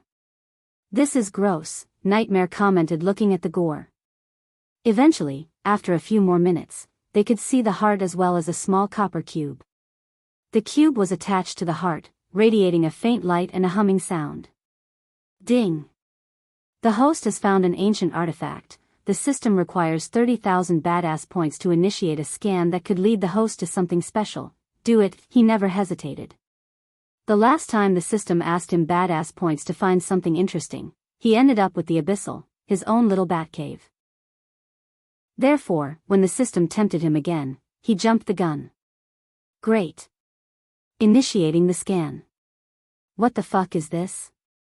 Gaia poked the copper cube after Michael gently ripped it off from Nightcrawler's heart. Nightmare stared at Michael for his answer, but instead of giving Gaia the answer, he patiently waited for the system to finish scanning the artifact. Scan completed. The host should get a world map. Gaia, do you have a map? She took out an old worn-out parchment from her space ring. He feared that opening the parchment would crumble down the old piece of paper. Old Rizzle has been with me since I first started my adventure. You named your map? Don't judge me, she giggled as she handed over the map to Michael. After delicately opening the parchment, he saw the map of this world for the first time.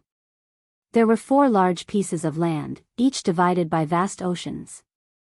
The largest continent among the 4 was the continent named Ar, which was double the size of Elon and Azer. The smallest yet farthest continent from Elon was the southern continent, also known as Midras. The southern continent was made of 4 kingdoms, Lidora, Gisel, Utopia, and the Praeto Kingdom. There wasn't much information on the map about each kingdom's characteristics or what they have to offer. As he laid his eyes on the southern continent, a dot of blue light could be seen only by him in the kingdom of Gisel. This is our next destination. You gonna tell me what is in there? The origin of this artifact. She wanted to ask how he knew that, but she decided not to. Even after he revealed most of the information about him, she could tell that it was only the tip of the iceberg, as he seemed to have a secret that he couldn't tell her. However, she trusted him to tell her everything one day. Until then, she would keep her questions bottled. Southern continent is a 2-month journey from here if we get in a good condition ship. Why can't we just fly there? Nightmare asked. First of all, when we enter the atmosphere of the southern continent, we won't be able to use arch or any kind of energy. Second of all, there is no land to take a rest in the Midras Ocean. Unless you have a better way, I'd suggest we hop on a merchant ship. She removed her mask as she stepped closer to Michael. Regardless of the blood and gore around him, he could smell the sweet fragrance radiating from her. I always wanted to visit the southern continent, and now it's going to be even better with you. it's not gonna be our honeymoon or anything, Michael sighed, remembering her no sex until marriage rule. Although he respected her wish, he would be lying if he said he don't care about taking the kiss to the next level. Shoo, she put her finger on his lips. No marriage, no fling, but it doesn't mean we have nothing to do during our journey. His eyes sparkled as his heartbeat rose. He felt like a virgin boy who just got a date to lose his virginity. He couldn't wait to get on a ship to the southern continent. Don't mind me. Looking at how close they were standing to each other, Nightmare rolled his eyes. And just as the little dragon expected, they locked their lips despite their rather disturbing surroundings. Let's just first go to the auction and make some money. I'd bet they have some nice swords, Gaia purred, gently kissing her ear. After the auction, remind me to visit the house of Bradley. You said they are mainly in business for private security, he said, recalling Nathan's uncle, Lord Malon's request to visit the house of Bradley. Yeah, not number one or anything, but they have a decent operation going on. If everything goes smoothly, we can use them to protect our assets. Extra security to Raylene doesn't hurt, considering Raylene was a 5-star chef and she would be more famous once they opened the restaurant. They had to make sure she stays safe. One could not say for sure that no one would harm her or try to kidnap her. Let Delar use his netherals to clean up this mess and the mess you two made in my room. The snake and the dragon revealed an embarrassed smile, thinking how hard they threw up in Michael's room, especially Nightmare. It was fortunate they have netherals to do the dirty work. Otherwise, they knew he would make them clean up the mess. Somewhere else in Elon continent, did you see that, Zanali? Peyton was watching the vast forest before her, standing on the edge of a mountain.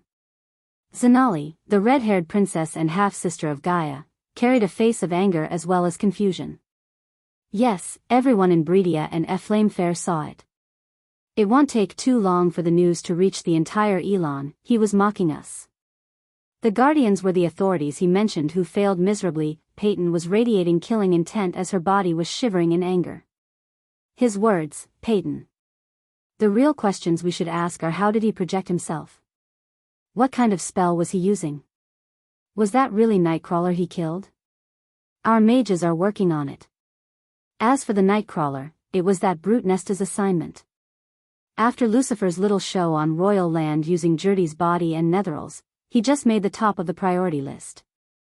But it also tainted our reputation. According to our spies, more than a few really believes the nobles were killed by the Guardians. It is the truth, Peyton. We went too far. We shouldn't have killed those nobles. You never understand, do you? Peyton said coldly, turning her gaze from the horizon to Zanali. You can't clean a mess without getting your hands dirty. Sometimes it's necessary for the good guys to be the bad guys to do some good.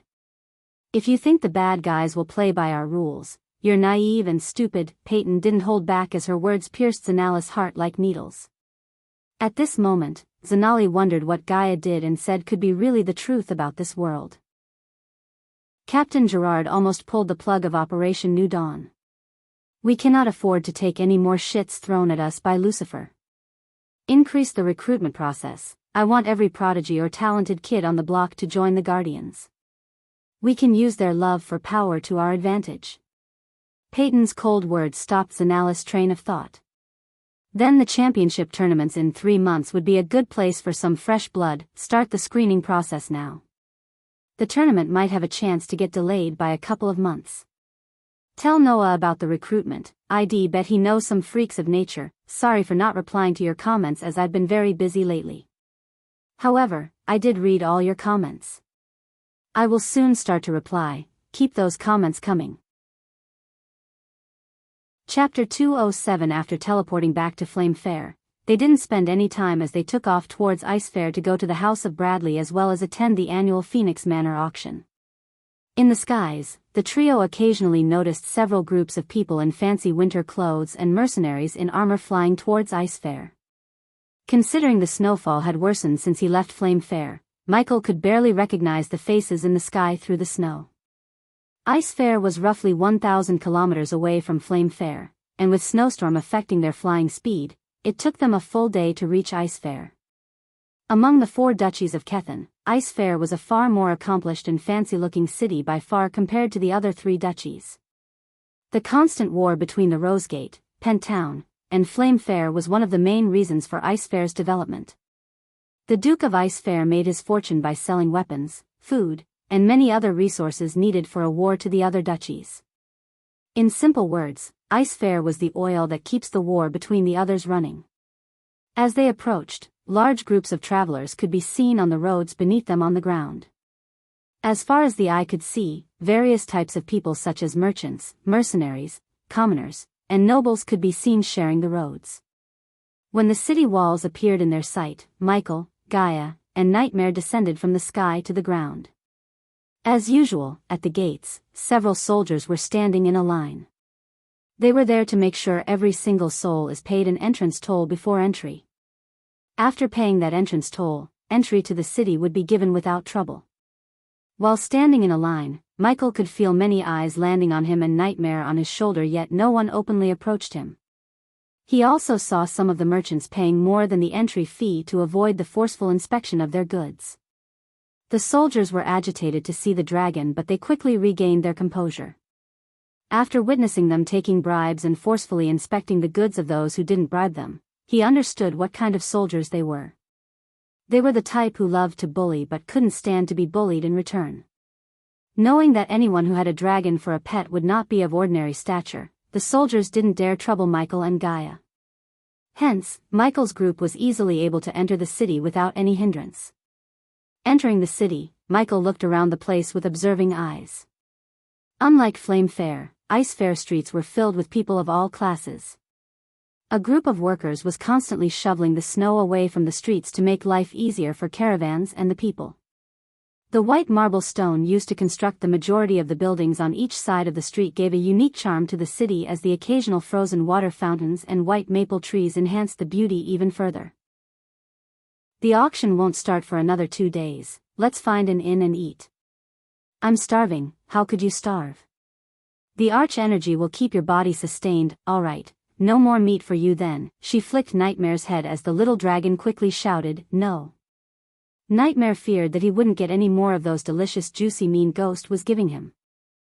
Surrounded by 2 gluttonous creatures, it wasn't hard to find an inn when he could let Gaia and Nightmare follow the scent of ale and food. Arriving at a rather decent inn within the city, Michael booked a room before the inn could run out of rooms to rent.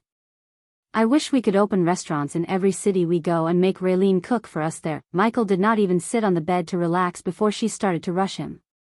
With a sigh, he followed her to the downstairs where they were serving plenty of local delicacies. Although these dishes couldn't hold a torch to Raylene's cooking, a warm meal in the winter had to be appreciated. Seated right next to Michael, Nightmare devoured a platter of roasted meat with the grace of king, much to the curiosity of everyone else around them. Michael was enjoying his salad and the warm glass of water with a smile. The reason for his smile was not the salad. It was because he was receiving badass points constantly ever since he entered the inn with a dragon. What a majestic creature. Do you know what family that young man is from? I have never seen him in Ice Fair before. Who do I feel like I know of him from somewhere? The 3 of them completely ignored the chattering around them. Looking at the dragon, many young misses in the inn let out a depressed sigh. They stared at the dragon with a look of envy on their faces. Waiter, bring me another plate of this roast. Coming right up. Miss Gaia didn't even bother to look up to see Michael's reaction as she continued to eat the platter of food in front of her. The rate at which the food was devoured was almost as she had been starved for several days. That salad any good? She asked, gawking at his bowl of salad after devouring the food on her side of the table. Why, you want this? Let me take a bite. Just as she was moving her hands towards his bowl, the waiter came to her with the dishes she ordered to save Michael's salad. Eventually, after the snake and the dragon filled their bellies, they left the inn, taking a stroll around Ice Fair. As they walked, Nightmare's little head swiveled back and forth. He took in all the sights while curiosity filled him. Plenty of people on the streets found themselves turning their heads to look at Nightmare. Plenty of surprising whispers could be heard, and many young girls made less than discreet comments at the dragon and at Michael. There had been several young daredevils who tried to flirt with Michael, but each and every one of them had been chased away by Gaia with a punch to their faces. For fuck's sake, this city is filled with shameless horny bitches, Gaia cursed after sending a young girl flying with a kick to her butt. At that moment, a drumming sound could be heard from the front as a group of red-robed men came striding through the city with a huge clamor. The scene looked like a wedding concession with the festive celebration, but the contents of their words caused everyone on the streets to feel stunned. Good news, everyone. Our Phoenix Auction Manor will be auctioning off 2 epic class spells in the upcoming annual auction. The man leading the group was speaking through a giant, gold horn with a blast of sound that could be heard in all directions. What? The Phoenix Auction Manor has 2 epic spells to sell, is that true? Heavens, more have appeared. And there's 2 of them at the same time, did I hear that right? If the auction is going to be selling one of those, we must go and inform the Lord. This annual auction is getting better and better, I wonder what else they have in store to auction. Following the announcement, the people began to chatter more and more with excitement. There was no doubt that the news of 2 epic spells would soon spread farther and farther as well. "I'd bet this is just a warm-up," Gaia said after the announcement group disappeared from their sight. Regardless of the city being full of people, Michael saw no quarrels or battles in the city. Instead, it seemed the mercenaries and the young masters of the rich families had kicked their arrogance down a notch. Even they realized that one could never be too sure if one would meet a civilian or a person one could not offend. After all, men of great strength did not need to reveal it to the public. Let's get back to the inn. Eventually, when the nightfall came, the snowstorm sent the people running to their homes searching for a warm place. Considering the trio didn't come across anything worth investigating, Gaia wanted to return to the inn. Nightmare was already deep in sleep after a hearty meal. Except for the poor soldiers who had to keep patrolling the streets, Michael saw no people in the streets on their way to the inn. His black clothes almost turned white in the snow. After dusting all the snow off of his clothes and Gaia's hair, he entered the inn and then to his room. Suddenly he stopped at the entrance to his room. "What?" Gaia asked, seeing him raise his brows. She held the sleeping Nightmare in one hand and took out the dagger in the other. "Someone was here before," he pointed at the ground as she saw a faint mark of a boot print coming out of the room. Unless the inn appointed anyone to clean their guest's room without their permission, she knew someone went inside their room. "No one should have entered the rooms, especially during this auction time," she whispered. He nodded before pushing the door open. His environmental scanning did not reveal any life signs inside the room that meant whoever was there has long gone by now. When he entered the room causticity, the room was just as he left except for a letter with golden outlines and red wax seal. They moved towards the letter slowly. "That's the seal of House Bradley," she said when she saw the 2-leaf symbol on the wax seal. It was the symbol of none other than the House of Bradley. "It seems Lord Malin couldn't wait to see you, human." Chapter 208. Michael picked up the letter. He could feel a metal card inside the letter. Carefully tearing the letter open without giving a damn about a letter opener, he started to read the words written on high-quality paper in beautiful handwriting. "Hey kiddo, little birdies told me you're here in Ice Fair. If you're here at this time, I guess you came to the auction, and I like to think you'll also visit us. Pardon our method of reaching out to you as we are currently dealing with a delicate situation in which you can help us out. Come meet us after the auction. P.S. I have left something you might need to get into the auction, Lord Malin." He lifted the letter as a card made of silvery metal landed in his hand. The 1-inch thick card had the symbol of House Bradley etched on it. Nice, a VIP access card. Gaia recognized the card in a single glance. Except for the auctions that happened in Nagaland, she never had a VIP card outside. It was not because she couldn't afford it, but being a VIP kinda attracted people's attention and she liked to be anonymous when participating in auctions. What did he mean by "I need to get into the auction"? Reading those words, he couldn't help recalling his little fiasco with Lord Julius in Phoenix Island. When he met Julius, he was a core strengthening stage level 5, and if he now reached level 8 or even level 10, Michael didn't give a damn as he would reach that in a few months. He hoped Julius let go of whatever grudge he may have been holding against him, as Michael would hate to kill him because he would rather use Julius and his operation to his advantage than killing him. However, if Julius chose to do otherwise, Michael would plot a plan to replace him with one of his subordinates in the future. Unlike young masters like Noah who would go on a killing rampage because of petty grudges, Michael liked to kill fewer people and use the infrastructure they've built over years to his own benefit. This would prove useful in the long run. For example, Julius has set up a perfect operation of trade among continents, and killing Julius and all of his people would crumble this operation to dust. But if Michael was to replace Julius as well as few others with his minions, the entire Phoenix Auction Manor would work for him. I'm gonna get shut-eye. Wake me up early in the morning, they'll cultivate. Some of us don't have the privilege of a war god body like some lucky bastards, he just waved off before placing a system store-bought silk quilt on the bed. Gaia sat on the ground in a meditation posture to cultivate while the little dragon hovered between them, trying to decide whether to sleep with Michael or cultivate with Gaia. Looking at Nightmare's dilemma, she just grabbed him by his tail. You're gonna cultivate with me. It's a shame that you're still in body refining stage level 1. Slowly absorb the energy coming from this, she said, taking out the bone of the fusion stage cultivator that Michael brought from the nether realm. System, can I also boost Nightmare cultivation speed by 40%? Yes, familiars will get the boost as well as your chosen subordinate. The host's current chosen subordinate is Gaia. The host can currently boost the cultivation speed of 2 subordinates. Great.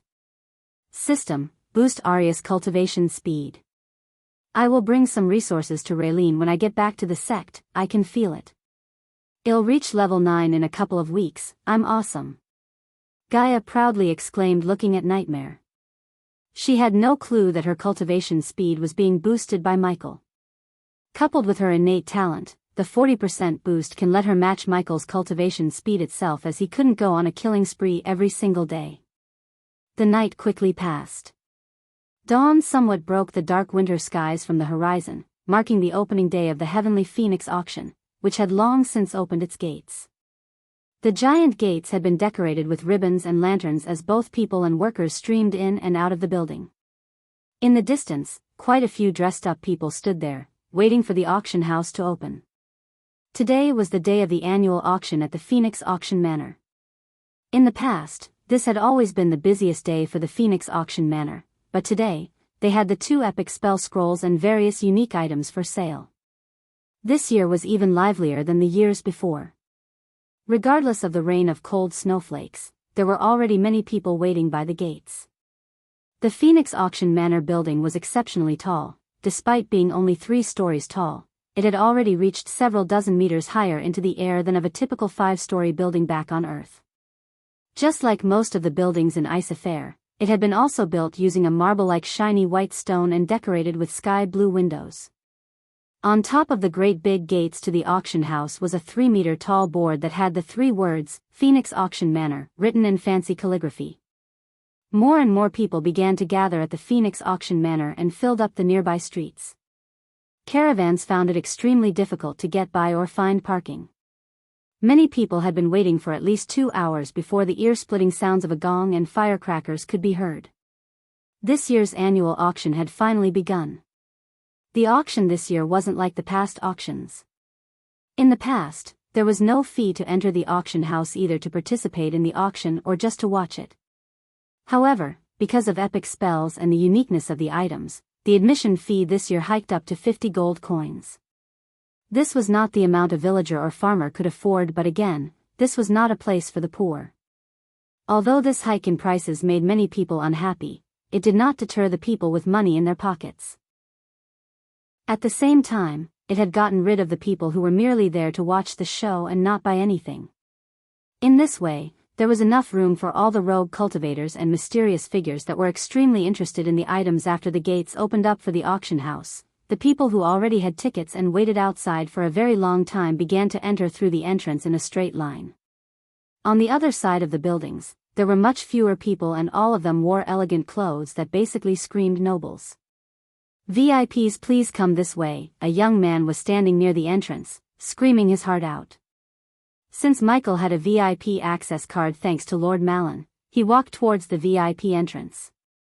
He waited until the nobles in the line before him entered the auction house. As he reached the inner halls of the Phoenix Auction Manor, ignoring the nobles' shocked look at Nightmare, a large expansive area greeted his eyes. The place was filled with neat rows of seats for as far as the eye could see. It was clear that the number of seats had surpassed 500. The area had 2 stories worth of seats, and the 2 stories combined had a total of over 1,000 seats. Installed on the sides of every seat were dozens of private rooms for the honored guests, each separated by a tinted glass wall. From the inside, they could still clearly see the outside, but no one on the outside could see what was happening on the inside. That way, Gaia showed him the stairs to get to the second floor where the private rooms for the VIP guests were located. However, just as he was about to walk the stairs, he noticed a lady in red robes eyeing him and murmuring something with the young man who let Michael in. It was obvious they were talking about him as they did not take their eyes away from him. Soon afterward, the lady walked towards him with a rather stern look on her face. Gaia frowned looking at her expression because she was full of smiles when she let the other VIP guests in. "Ghost, I assume," the lady in red robes said. She was the first one to completely ignore Nightmare as she didn't even look at the dragon standing on his shoulder. "Yes, it seems we have to check your VIP status. Is there a problem?" He folded his hands against his chest as a sign of irritation. "The auction will begin in 3 hours. If you want to auction your items, please seek out our manager Miss Vargas on the first floor," a voice of an elder sounded throughout the building. "Tell them, they'll be there in a few minutes," the red robes woman said as he realized the woman before him is the manager of this branch, Miss Vargas. "Well, this saved me the trouble of finding you to auction this." His goal was today to auction the rare herbs he found at the treacherous ocean and some of the rare spells he got from the nether realm. By doing this, he would get richer and use the gold coins to develop his business empire. Because of this plan, he first wanted to tempt this lady for her to stop acting like a bitch. Only if she still continued to act this way he would leave this place, but if he walked out of this place, the name Julius would certainly make its way into his kill list along with this woman. Her stern look took a turn as her brows arched up when she saw the silk apples in Michael's hands. The fragrance of the fruits instantly made her mouth water. Just a single glance could tell her that these fruits were at least 2,000 years old. An alchemist would buy the silk apples instead of an epic spell any time of the day, and she just saw Alchemy King Gabriel's disciples settling in one of the VIP rooms. Choose wisely, Miss Vargas. Petty grudges and lose a valuable customer, or wipe the slate clean and make some sweet, sweet money. Chapter 209. This is. Vargas reached out to grab one of the silk apples in the basket. Michael had a total of 30 apples, but he chose to auction only 5 because according to the system, it could extract the seeds from the other apples and help him grow silk apple trees after it reached version 4.0. The probability of getting healthy seeds out of a silk apple was 40% according to the system, therefore, Michael decided to keep most of the apples instead of auctioning them. However, before she could touch an apple, he pulled the basket away from her. "Congratulations, Master Ghost, we have checked your VIP status and are honored to offer you a permanent VIP status of your own as you don't need to carry the VIP card of the Bradley family anymore." It was really surprising how Vargas' expression changed in a blink of an eye. Unlike before, she was now grinning ear to ear. After all, she was a businesswoman who knows what's good for business. Her change of character wasn't a big shock to him because after his time spending with the merchants in this world, he knew these merchants are cunning, shameless, and do almost anything if it brings profit to them at the end of the day. It also revealed Michael 2 things. She wasn't under a strict order of Julius not to let him anywhere near his Phoenix Auction Manor houses, and she wasn't as good as she's thinking. Otherwise, she would have behaved like this from the beginning and not like the bitch she was before. "My assistant here will give you your VIP access card after the auction. Make it black, as you wish." Vargas' grin grew wider as she sighed a sigh of relief. Michael nodded approvingly before handing over the basket of silk apples to Vargas. She grabbed the basket as her life depended on it and held it against her ample chest tightly. "Remember, we are not selling the apples, we're auctioning them," Gaia said with a cold tone. Just like in any other auction house, the Phoenix Auction Manor too had 2 options for the sellers to choose from. They could either sell the items to the Phoenix Auction Manor or auction the items in events like this. By choosing the latter, the sellers had to pay a small fee before the auction and a small cut in the gold coins after successfully auctioning the item. Those who want to make gold coins quick and hate to pay a cut could choose the option to sell. There was no downside for this option as the Phoenix Auction Manor was trusted by people to give them the right price. They wouldn't sully this reputation by swindling their customers, downplaying the value of the item like in pawn shops. However, if one decided to auction the item instead of selling, the starting bid price would be always somewhat less than its actual value. If bidders chose not to go for high bids and the item ended up being sold way cheaper than its actual value, there was nothing the seller could do except take the bid money. This risk would be greater when superpowers compete for the item, as they would often intimidate others not to place bids more than them if they took a liking to the said item.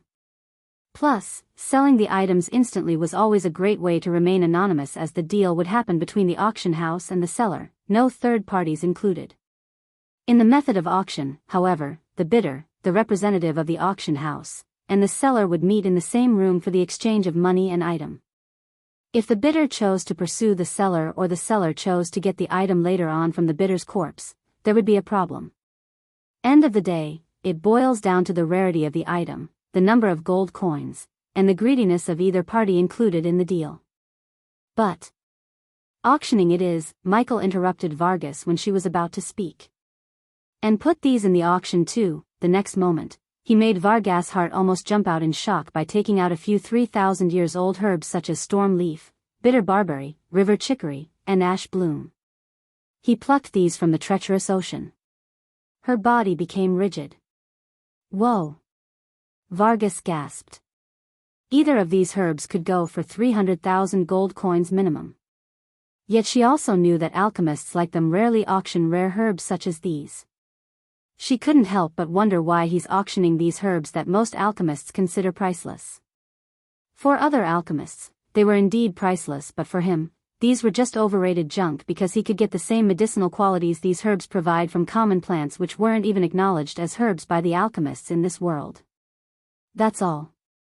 I'll see you after the auction, Michael said before leaving her to get to his VIP room. When they disappeared from Vargas' sight, he grabbed Gaia's hands, halting her steps. Go sit with the crowd, why? Nightmare asked cluelessly. The little dragons saw an evil grin slowly emerge on their faces. I'll contact you through the earbuds and keep you updated, Gaia nodded as he placed his hand on her face. System change her face. Gaia felt the familiar tingling sensation underneath her skin as she could feel her face changing. Change your face again before meeting me after the auction. Even without Michael explaining what he was thinking, she knew exactly what he wanted her to do. In fact, she always did that for fun when she was a rogue cultivator, but now, she could have fun as well as get rich. After Gaia went to sit with the commoners and lesser nobles, he and Nightmare walked up to the stairs, reaching the second floor. The second floor of the auction hall was where all the private rooms were located.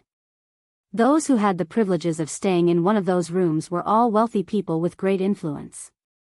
This time, we have to get something nice. My family gave me quite a chunk to get a weapon for the upcoming tournaments. Nice. I heard they sell some great-ass weapons in the auction. Michael was the first to enter the second floor, but soon many youngsters and elders reached the floor from other entrances. Michael quickly grabbed Nightmare, putting him inside his coat pocket. Only a few of them were able to take a glance at Nightmare before he disappeared into Michael's pockets. They stared at Michael, murmuring among themselves before entering their VIP rooms.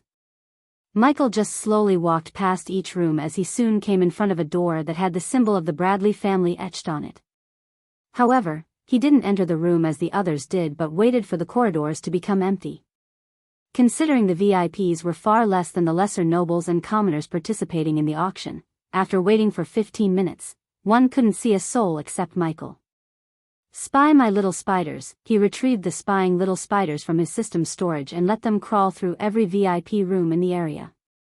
Only after every single spider reached their respective room to spy, he entered the room allocated for him. The decoration within the private room was simple. There was a long solid wood table right in the center, and in front of the table, there were a few big fancy sofas. In front of these sofas, there was crystal clear glass.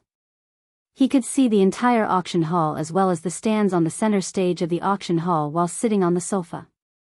On the center stage, a bunch of youngsters, the majority of them were girls, still bringing more and more stands covered in red cloth to the stage. A few of them contained the herbs Michael gave to Vargas. At the moment, there was a huge piece of cloth covering the majority of the stands, making everyone unable to see what was hidden underneath. After some time, the auction hall had been completely filled up, with every last empty spot being crowded with people standing close together. Just as the final seats were taken and everyone had settled down, a golden eruption of fireworks exploded overhead, instantly calming down the noise. After that, an old man in a gray robe slowly descended from above and landed right onto the stage. The old man was in his 50s, and his sleeves fluttered with every soft breeze passing by. His oily face carried a friendly smile, leaving a good impression on all those who watched him. The clothes covering the items also slowly started to ascend into the air, revealing the items to the crowd. The elder's eyes swept the audience as he cleared his throat and loudly announced, "Honored guests, I thank you all for participating in our Phoenix Auction Manor's annual auction. I, Goran Lanyon, will be the host for this year's auction, and so I hope everyone today will be able to see an item they will want to buy." The elder paused for a moment to clear his throat once more before continuing to speak. This year the Phoenix Auction Manor has seen its busiest year. That is because this year, we shall be auctioning off many precious items that our Phoenix Auction Manor has already announced and many more that we just acquired. Trust me, even this old man has only heard about some of these items only in legends. I hope you brought your pay cubes with you, the old man joked as a small tremor of laughter reverberated through the hall. What these items are, I am sure many people here are already aware of. So I will not waste any more time describing them, but I will give you a detailed explanation about the new items to the best of my knowledge. When the elder was speaking, he had used his archforce to magnify his voice so that everyone in the auction hall would be able to hear it. The old man continued to explain the rules without stopping. What a talker, hurry up and start the auction. Yeah, I'm going to fall asleep. Many people couldn't take it anymore as they began to shout at the old man. But the old man did not give a shit until he preached every single rule about the auction. Alright, I think everyone should have a clear understanding of the rules now. Let the auction begin. At the sound of the elder's words, 10 men suddenly walked toward the stand, encircling it. Their eyes stared coldly at the audience as if showing off their positions as bodyguards. Finally, Michael stopped playing with Nightmare to take part in the auction that's going to give him something interesting. Keep guessing, my dear readers, keep guessing. I can give you a clue. Abyssal, you're tuning into the Dreamy Love Stories YouTube channel. Don't forget to subscribe and join us on this journey to catch the most captivating stories.